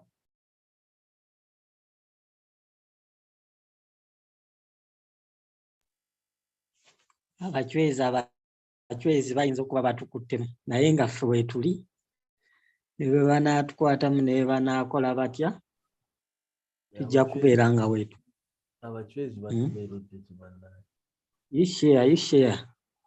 Abachwezi kati tebakyatusobola. Okay, let me share tukole some analysis ku gold. Yes. Share. Abachwezi tebajja kutusobola. Bannange abaliko, you subscribe the channel, share the video, you leave a comment, like. So do whatever okusobola okulaba nga tubeerako. Buli kimu kyonna tugezeeko okulaba nga supporting our channel kubanga etuwa the best. Mutuufu ebintu bino twabinoonyanga mu Luganda, tugenze mu bintu by'abazungu naye ng'ebisinga tetubitegeera. Naye kati omuntu agenda kukola trading from now until then kigenda kumwanguyira. Omuntu n'ojja ku channel ng'eno n'osanga buli kimu mu lulimi lw'otegeera, n'osanga buli kimu nga bakikola live, then ki ekirala ky'oba oyagala? Sente zaabwe gundi kosa oba ogenze kukola yabwereere tewali sente otandika okwakimuleetinga sente. So bino bye twetaagira ddala ng'abavubuka, bye twetaagira ddala mu Uganda kuba buli kimu kiraba kikoze eki kigenze wala. So leave a comment, you like the channel, subscribe and subscribing our channel. Okay. Yes. Maybe I can go through the gold trade I took yesterday. Domani abantu abasinga bambuuza what is your trading style or trading otya baagala kola ki? Tetwagala nnyo kola postmortem naye postmortem. But Yes. But the point of the matter is nti woba oyagala kulaba how I trade then ninakulaga how I took a trade. Kitegeera sawa zino oyinza okuba teriiwo naye kati ku biseera ebyo nga yabaddewo. Yes, ku biseera ebyo yabaddewo. So tukole ka analysis kati ni ku gold because this is the end of the week. Nze sitera nnyo kwagala ku trading ku Friday evenings. Actually ku Friday evenings wentandika weekend yange wetandika. Yange kasita morning session ya Friday gwa mukama nanyamba nenfunayo trade bulungi nga temenya mateeka cause Friday usually ba risky for me, so making sure nti buli mateeka gange gonna omanyi waliwo trade zentwala ngezimu tezimugobera mateeka bulungi, but because of experience nzirabye nenzitwala. Let me take it. Yeah, let me take it. Naye ku Friday njagala engoberera amateeka to the dot. Yes. Sagala embuzaabuza sagala about Fridays. In my experience, Fridays zibadde zinsumbuwa. Zibadde nga nkola amagoba wiki namba, oyinza okukola wiki n'okola trade zo nga 4-5 nga zonna za magoba. N'ojja ku Friday n'otandikirawo first trade mbi. So anyway, kyobola nze nali ngamba buli Friday bwe sifuna trade okuva saawa 3 mpaka 5 kubanga saawa 6 tujja kuba twetegeka na family genda ku nange ku Friday wejo regular mba mu byange. Regular mba mu byange. So anyways, buli abadambuza o trading otya biki so itamu trade je natute yesterday. So because that is the only way I can explain what I'm doing. So yesterday natute gold sell nagisanze katuwokebera ngawe na explain nze earlier wokebera wano nolaba ojalabanga awali stream kwetulwera like the video, just like the video kuliko 11 views but 8 likes, soko liking ebo batona likinga mbakama baffe balabe nti at least ababaddeko ba likinze. You help us okukuuma akalimu kaffe bannaye baagala nnyo okulaba byemukoze leero nga tebivuddeeyo, abantu tebabyagadde. Comment like gwe kyolaba kye tuyinza otereezaamu nakyo kikola amakulu. Yeah, so like the video esobole n'okutuuka kuwa boda owa hoteli owa matafaali buli omu. So like the video guys. Yeah. Thank you. But surely bali agade videos none because this information nga twabona okifuna bannaye twatandikira okutradinga ng'osoma baby pips negamba support yeno kati wetuka mu support no buying nga nekiyitamu nga tomanyi lwaki ng'olyawo twabona naye wetwatukira okubanga nzijukira twali wa group of people twali bangi twali 15 nga ffenna tuli enthusiastic tuli ready okugenda mu trading ngamba kati ndabika ndi munzekka mu bantu 15. But if this information wanjisebo as usual abasinga bonna badropinga naye nga ekisinga abantu abasinga obungi nti ekituufu kibula. Obutuufu ne bw'oba oyagala ekituufu kikubula. Bino bye twagala kendeeza drop out rates ez'abakoma mu P1 kubanga bangi drop out rates waliwo n'aba dropping nga tebamanyi nti ba dropping addanga oze eyo manyi trading naye ng'ali eyo mu kikuubo bimuwuuba yabivaamu dda naye ng'agamba trader ye. So twagala kendeeza ku drop out rates. So anaembegayire mu subscribing mulabe mu liking because we give information for free and it is working. Nze sisobola kuyimirira kwogera bintu byesitakola mbeera ng'omulalo wema nkikola nga kinkoledde for a while manyagala n'abalala bafunemu. Ate omuntu akola ekintu live nze kankubulira ate oyo omugirako enkofiira cause ku YouTube kuliko edits kuliko ezo postmortems abantu bamala pickingayo already gundi ezakutte zakoze dda ze baleeta naye omuntu okutekinga order live trade live negaana bw'eba egaanye n'akuwa ensonga lwaki egaanye nehitinga gundi target bw'eba ehitinze nga buli kimu okiraba live si kintu kyabula tumalirize obudde butukwata kale kanyangwe wano. So let's go through it first. So in a resistance yange kati ku higher time frame nze ntandikira main ku daily because ngawe nagambe njagala nnyo ekintu what is happening now sagala wala nnyo Pascalpa nze ndi super scalper nawe nagambye manyagala trading. I think this is happening right now. I'm trying to pick the trade I took yesterday. Day one, no? Because I remember I took it on a 30 minutes. Nera when I took 30 minutes, judge scalper. Customer lokuba resistances and support. Stera kuda. So kanyangwe now the saza physical zeti. Okay. When we move through, I'm trying to move a little fast. Yesterday, wadere glow. Here we are. Okay. If I'm not mistaken, it must be here. It was a sell, eh? Yeah, it was a sell. It was a sell lower time frame, 15. So that was it. Yeah, it must have been in this region. Yes. We explain the wali. It's the same thing I did here. Nalabia wanonge no gundi nene. Nenga I wanted to enter here because na bench money by somehow okujjako nga trading very trade so kuba market ne dayo. Na ye strategy yange yetaga volume. Kati wemba mu biseera bya New York zibanga sawa mwenda za Uganda between 3 to 6:30. Musubira volume nera strategy yange eba more emphasized, eba clearer, eba because I've taken time to test this strategy for the past months.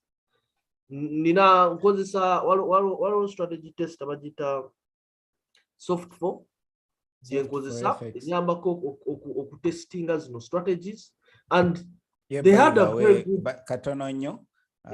Really, if you want to do back testing, I think soft for any pair, if really you're tired of doing a demo, wobanga even on live account na yenga tebitambula bulungi, investing $1 it is for $100. Omanyi twagala okola sente naye tetu investing $100 of naye soft for FX for a lifetime.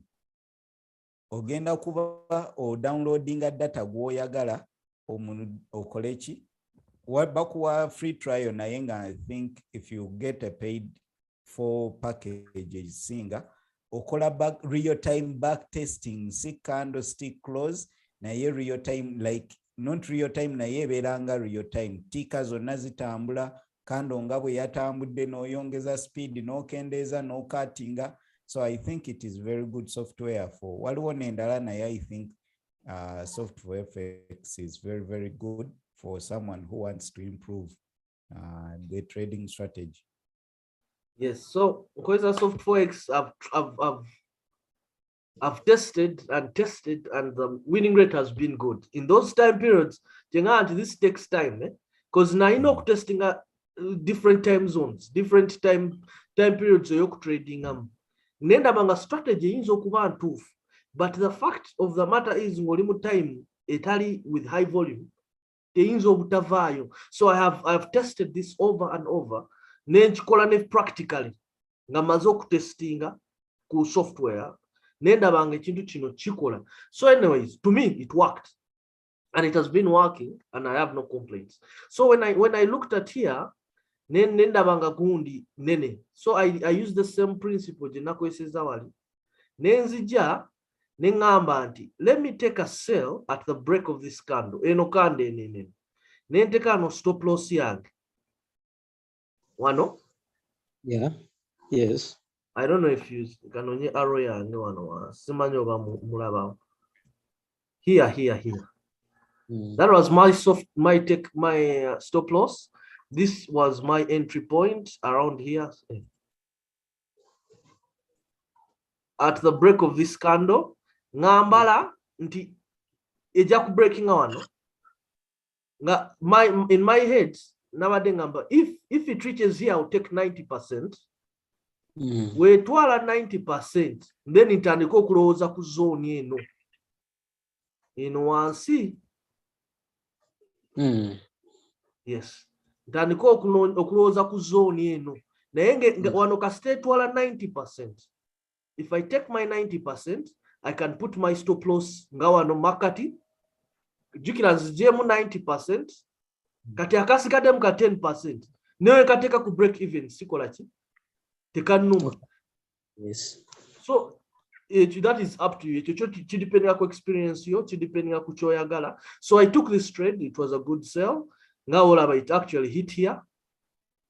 Those stairs they come for that long, but for small lot sizes they come out of experience. Not every time they call a but out of experience, so come that need to come. So that's how I took that. That's how I took that trade yesterday.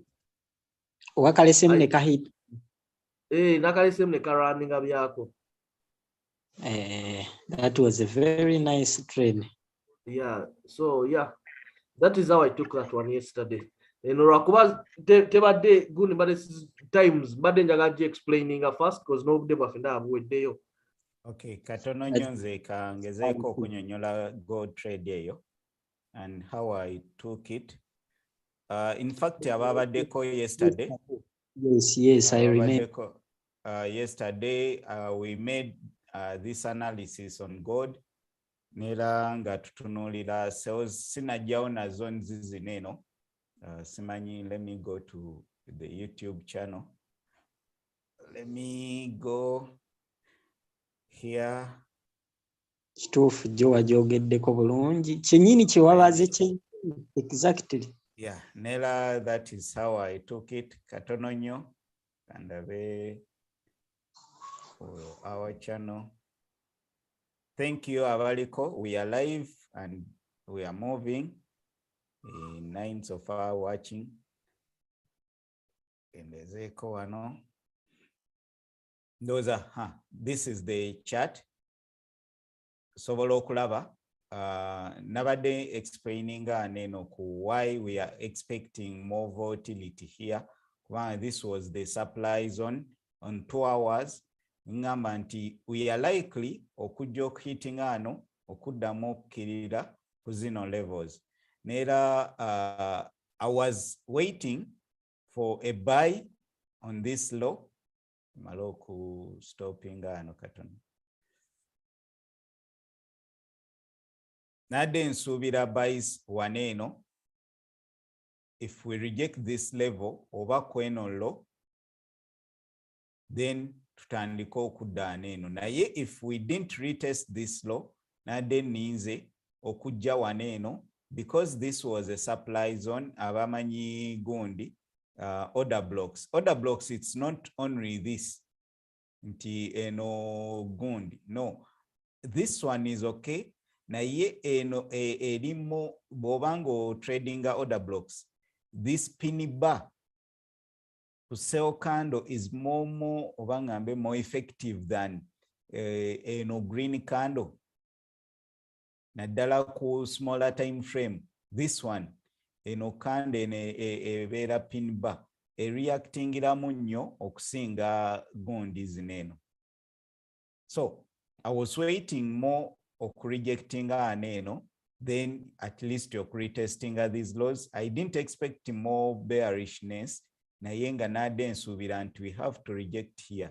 So botunulira bogenda ku studies ndoza okutandika even before I was starting.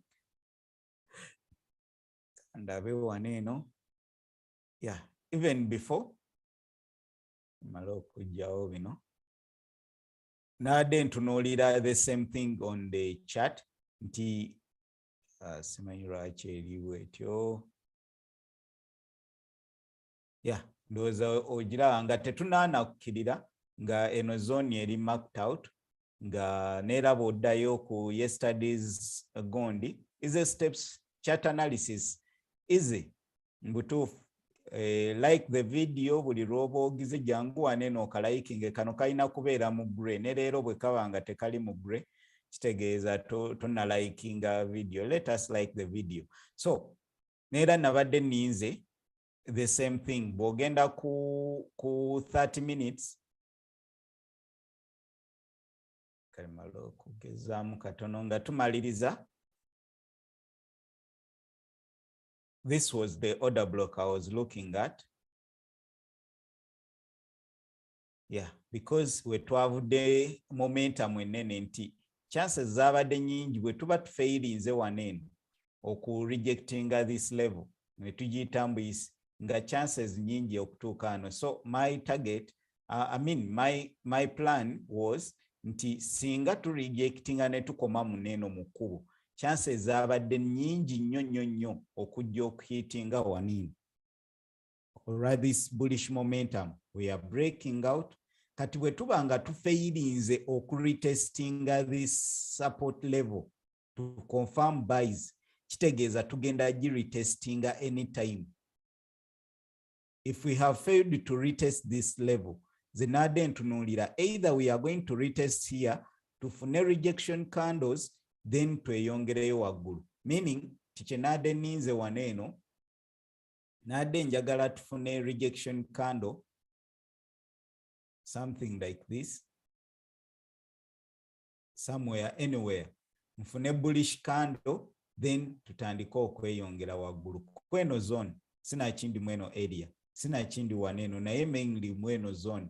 This tugamba nti eno chart eno move eno eina allowance okujja mweno area.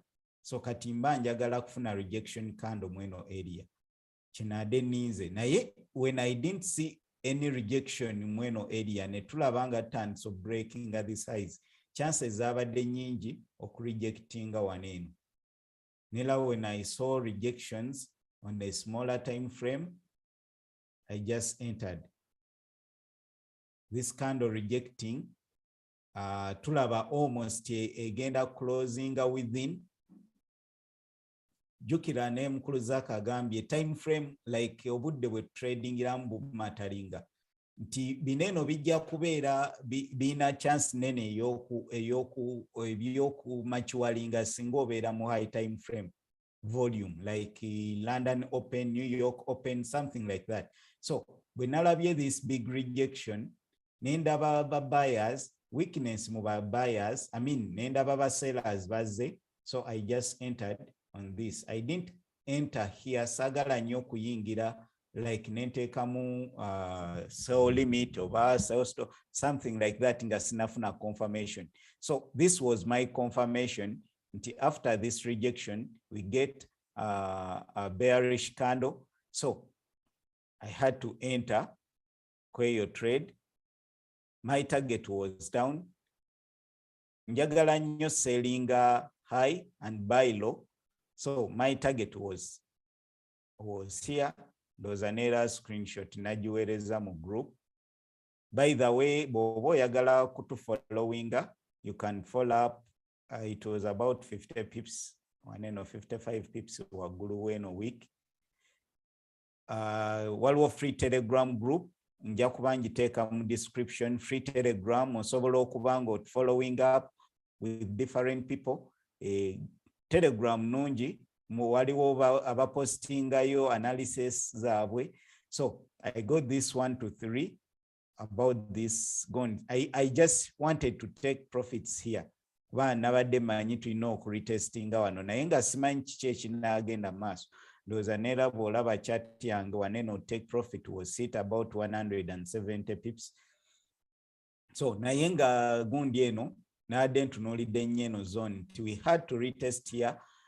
Confluence we najije for sales olw'okuba nti twabadde mu sales. The market was selling.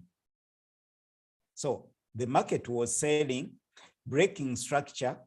So we had to come back where the original bobo yagala tugamba smart money nze njagala nnyo trading for dummies. Trading for dummies nti n'omuntu owa wansi atabitegeera osobola okuba nga otegeera kyebaba ekikolebwa. So structure abadde bweti tukkirira then netandika okulaba nga tutandika breaking a structure. Yeah, breaking structure, breaking resistances ezenjawulo, then tubeera tuyina chances nyingi okufiringa gaps eziba zisigala mu katale naddala mu structures bwe tuba nga tutuuse ku level we twavudde ki original move. Eno move eno yabadde tukkiriza yavudde wano eno kati chances nyingi bw'ojja n'olaba neera tuli mu kukkirira. So tukyali mu kukkirira kati ojja kufuna sales ennene like buyers buy candles zijja kubeera ntono like nga madaala ngayita madaala nga twambuka then ojja ofune sell candle ng'eri bweti oba kitegeera kubanga move eri nnene tuva mu sales kati eneebeeranga major kugundi pullback then for continuation kyekinabadde ntunuulidde nti if we are moving up level ki gye tuli probable okuyingira sales. Kyova olaba bw'ogenda ku yesterday's gundi neera naginnyonnyodde lwakuba saagala buli lw'obeera ng'oli overconfident mu katale ng'olowooza gwekyo kyennyini kyekigenda okubeerawo you're likely to lose out. Olwaki akatale tekaliiko nti kyosuubira nti kyekirina, no, just trust the analysis naye manya anything can happen. So for me I have two sides nti bwe tulemererwa okufuna such rejections kweno area ne tutandika okufuna breakouts then ngenda yingira buys nga bwe wano neera kinade ninze nti if we get a rejection, we got a first rejection then ne tukomawo we didn't get a confirmation for buys nga bwe twafunye wano confirmation for sells. So would you buy? No, kubanga tewali confirmation for buys. Was it a viable gundi? Waneno ona abaddewo viable order blocks, wabaddewo imbalances, wabaddewo reason for a rejection to okweyongera waggulu. Did it happen? No. Then safunye entry point, then why would I make a buy nga tewali entry point? Kyengezaako gamba nti look for entries togesinga bugesinzi funa confirmation. For me, my confirmation, it is a 3-bar play. Rejection in weakness mu buyers, then nenfuna ba sellers ne bajja mu katale on the major support level ba resistance level, then nenyingira. So this rejection level, this rejection on the resistance gave me a confirmation nti if we break, kubanga tubadde tukola higher highs on the candles, tubadde tetu breaking the lows of the candles. Bw'otunuulira candlesticks tetu breaking the lows, tutuuse mu area of interest oba point of interest oba kyoyagala okituuma area of interest oba point of interest, POI or AOI, kyonna tutandise olaba ate nga tukyusa, we are shifting, we are now breaking the structure. Tubadde tukola bwe tuti on the candlesticks, kati tutandise okukola bwe tuti. Kiki kyosuubira nti if we break here, chances nyingi ez'okujja ate tutandika okweyongerayo. Simple. So that is how I was looking. Ne wano it happened, naye because I didn't take this kubanga tetwabadde ku point of interest. Yagala nnyo taking trades either waneeno oba waneeno. Zibeera high probable, n'eziri endala zisobola okukola naye ezo zibeera high probable, like probability ebeera nnene ez'okukola. For example, trade ejja waneeno lwakuba tutestinze nnyo this resistance, suubira tuyinza gold atera nnyo okujja n'aweakinga mu areas tugeze okupiikinga this liquidity okudda waneeno, naye bw'ebanga epiikinzeewo omulundi gumu nenfuna confirmation, then I can take it. Breakout, retest, continuation. So some things eby'intu structure nkulu nnyo naddala bw'obanga oyagala okukola ki kumanya smart money, simanya anything kyoyagala, ICT, order blocks, supply and demand. Essaawa zineeno ku gold kyendaba we are seeing head and shoulder pattern having resistances here. So simanyi oba eneekola olw'okuba tulinayo amawulire. Saagala nnyo okukozesa these patterns, njagala nnyo okukozesa supply and demand oba support and resistances okusinga these patterns. So waliwo reason lwaki tuyinza okudda wansi eno pattern nefailinga? Yes, tuyina ki? Tuyina liquidity here sitting up. Singa eno pattern ezze nekolebwa nga tumaze opickinga this liquidity yandibadde high probable. Naye olw'okuba nti waliwo liquidity ali wano ng'ate bamutunulako, kitegeeza either they are accumulating more, waiting for the NFP to use it to pick liquidity, then okweyongerayo. Oba kitegeerekeka. So eno pattern eyinza okugaana olwa major liquidity here sitting. Lwaki bakoma wano eno netandika okwambuka ne batandika okwaccumulatingira wano eno? Because head and shoulder it is an accumulation pattern. Ne batandika okwaccumulatinga orders here beyongereyo waggulu nga tebakoze entry wano eno. Lwaki baagala kuyingirira wano? Lwaki tebaagala yingirira wano wansi? Lwaki tebaagala yingirira wano? Kyokka nga ate we balina okuyingirira at a discount, we baagala ogulira at a discount to continue up, waliwo sente eziri wano eno, waliwo abayingirira dda wano eno. Lwaki bo tebajjira ddala wano wansi ne balyoka bakola ki? Beyongerayo. There is liquidity here. We are seeing equal. Eno yakoma wano eno wennyini. Kitegeeza bayinza obutabawa chance ndala ne bakoma wano eno. At least kyentunuulira, is there any reason why they should come down before they go up? Yes. Then n'ekirala simanyi otunuulira reasons ezo nti waliwo reason kati noonoonya wawe bayinza okuba nga bayinza okweyongerayo. Kyova olaba ku gundi yange ntunuulidde nti tuyinza okuba tukyayagala okukkirira at least ku eno level. So if we fail here, eringa breakout for buys, abagala okola buys unless nga tu breakinze ne tufuna support for continuation above this level. Sinachin kala above this level wenyinza okuyingira buys. But for now we are breaking structure. The major trend, we are moving down, getting support level, accumulation here, over distribution, over accumulation, then okweyongera neno wansi okujja baneno bajja kuba batakings out this liquidity, then okufuna support level ku major support zone, okweyongera waggulu. Ekyo kyentunuulira ku gold for eyinza obutappeninga leero. Naye with that news, like amawulire agajja aga NFP gasobola otupushinga ne gatukomyawo eno wansi. So bwe kinaaba tekihappeninze, then tuyinza okukiraba next week. That is what I'm expecting on gold. Ennaku zino entambula ya gold ayagala okuwaleetingamukko ne jjijje. Yeah, kubanga pound ebadde weak. Kyokka nga yen egezaako okufuna momentum. Gold, US dollar ebadde strong. Kati pound eri weak. Pound weak. It is weak. Yen ebyaffectinga singa wabeerawo twagamba yen ne US dollar ne CHF,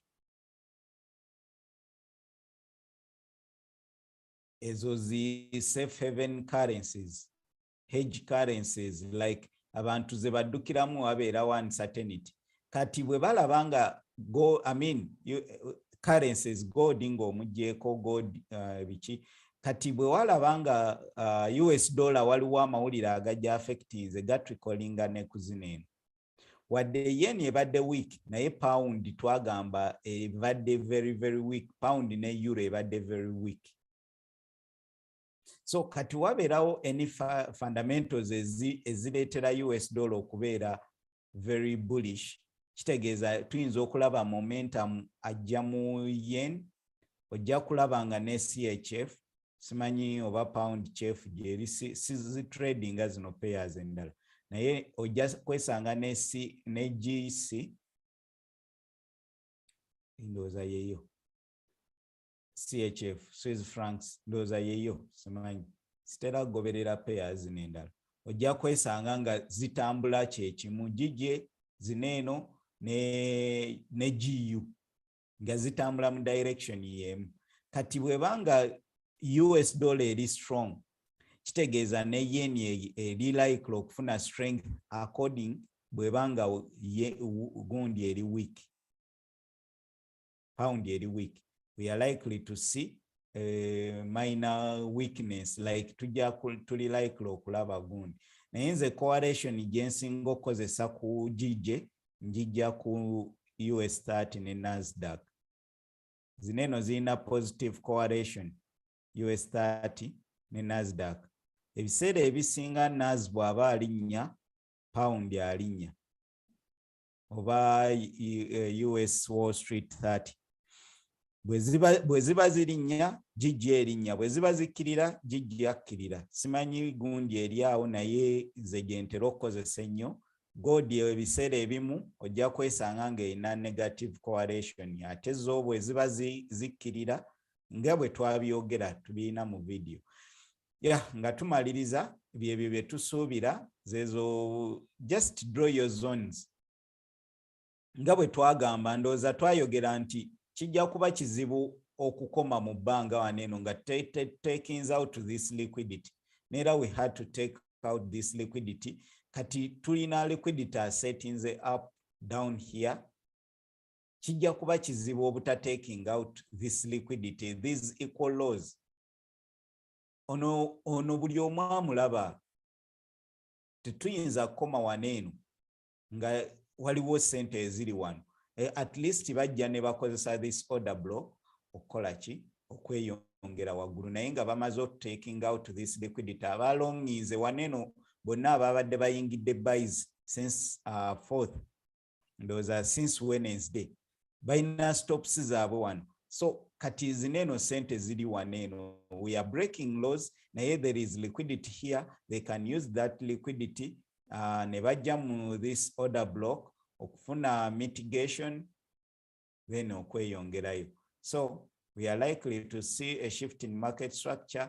Simanya break, sagala kozesa terms nyingi, naye ng'ebyo bye biba bibeera mu bwongo obwo. Gezaako okuvvuunula ensonga lwaki akatale kali likely okweyongerayo. Gwe teweebuuza lwaki akatale kano tekazze waneeno waggulu, lwaki tekazze mu order block bw'ogenda ku 2 hours oba ku 1 hour.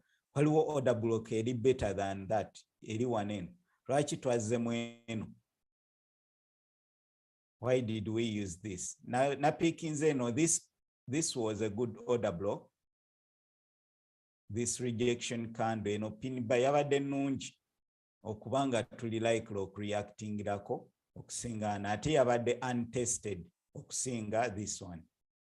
So why didn't we use this one?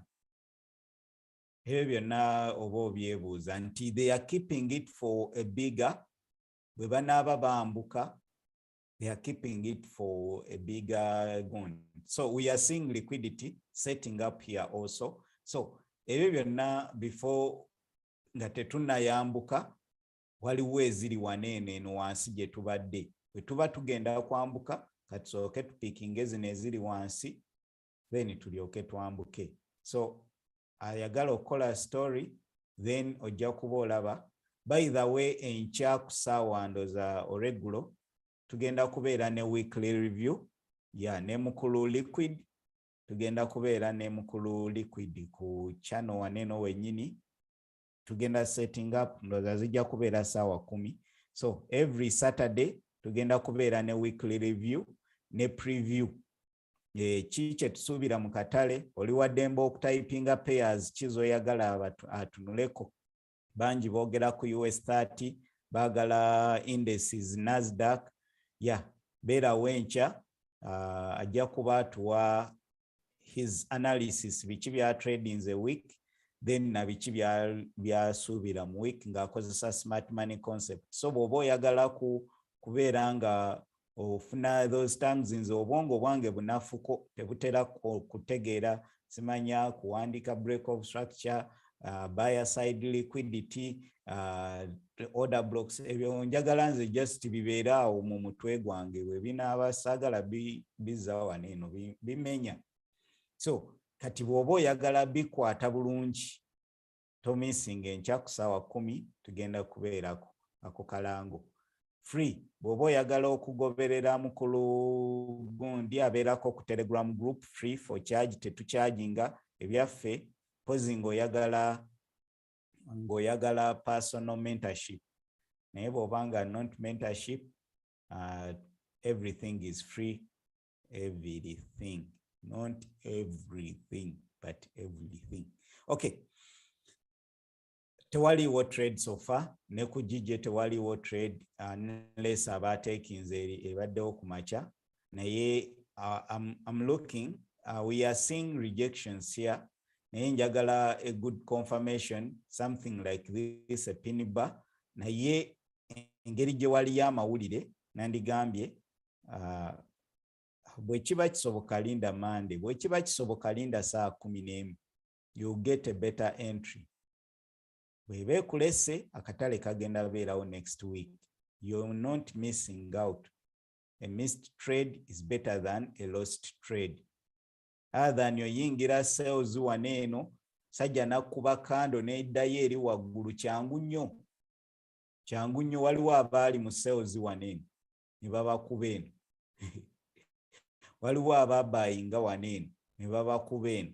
So account ye eyinza obutasobola kuodinga this drawdown kyokka ng'ate eggulo wabadde mu magoba wandibadde wakoze dola ezisukka ne mu z'oyagala. So kyeŋŋamba, just keep calm, wait and wait for the best.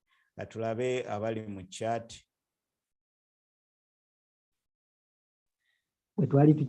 Tutambudde bulungi nga tumaliriza bannaaye, tuluddewo nnyo. Okay.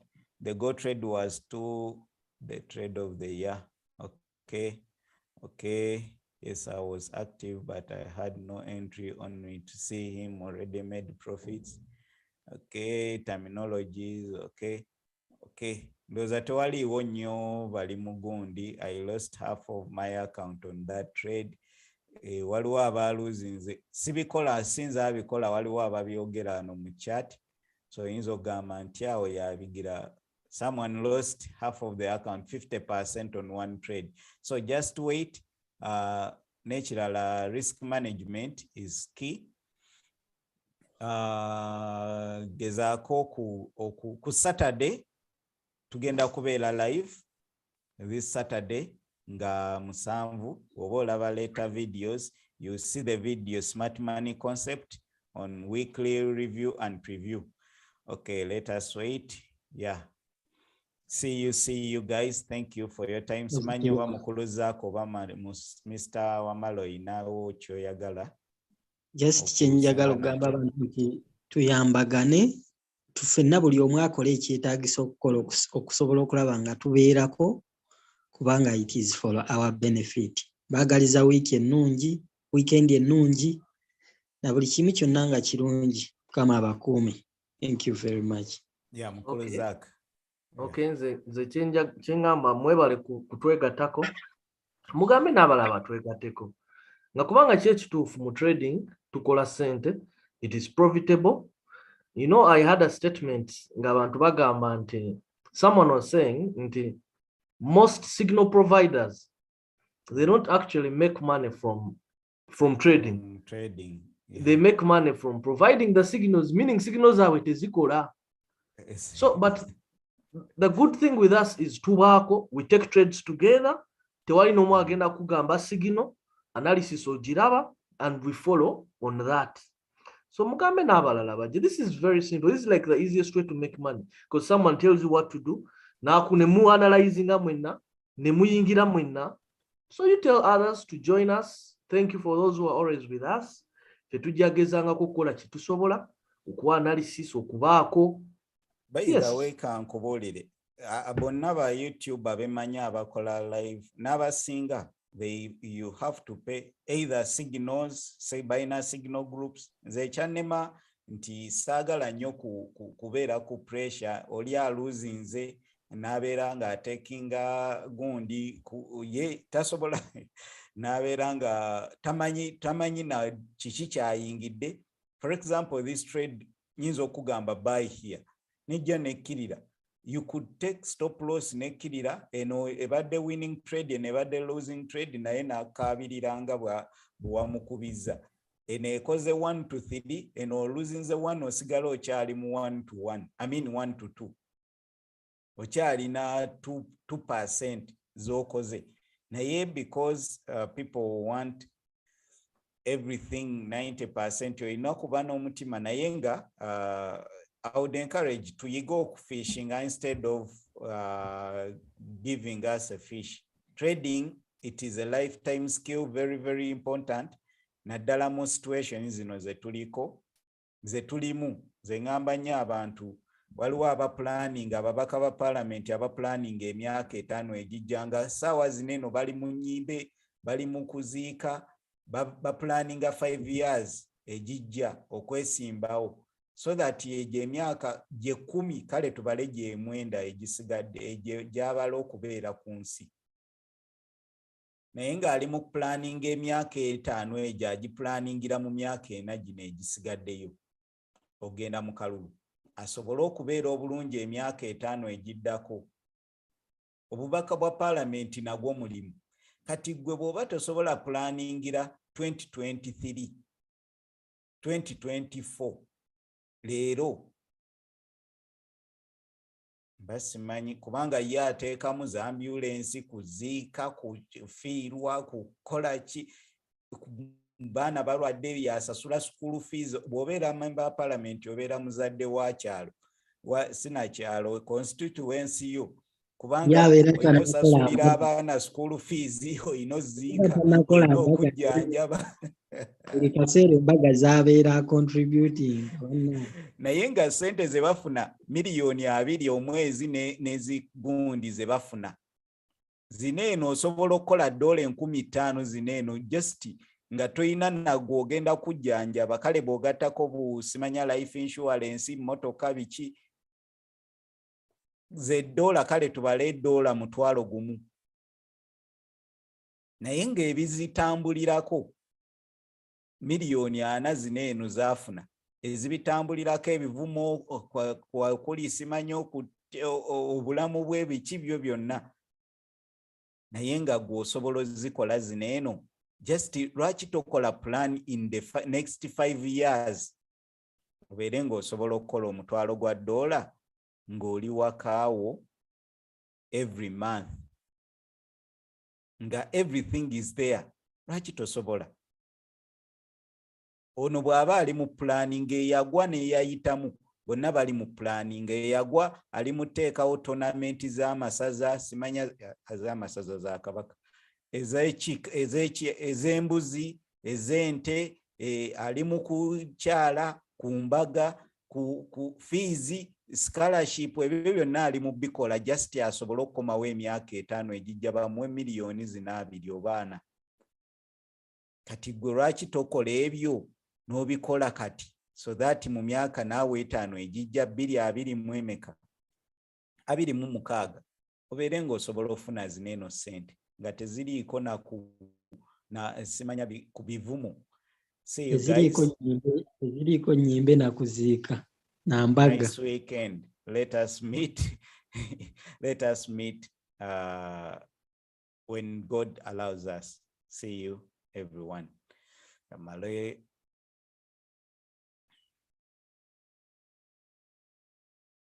Banne mukulikeeyo.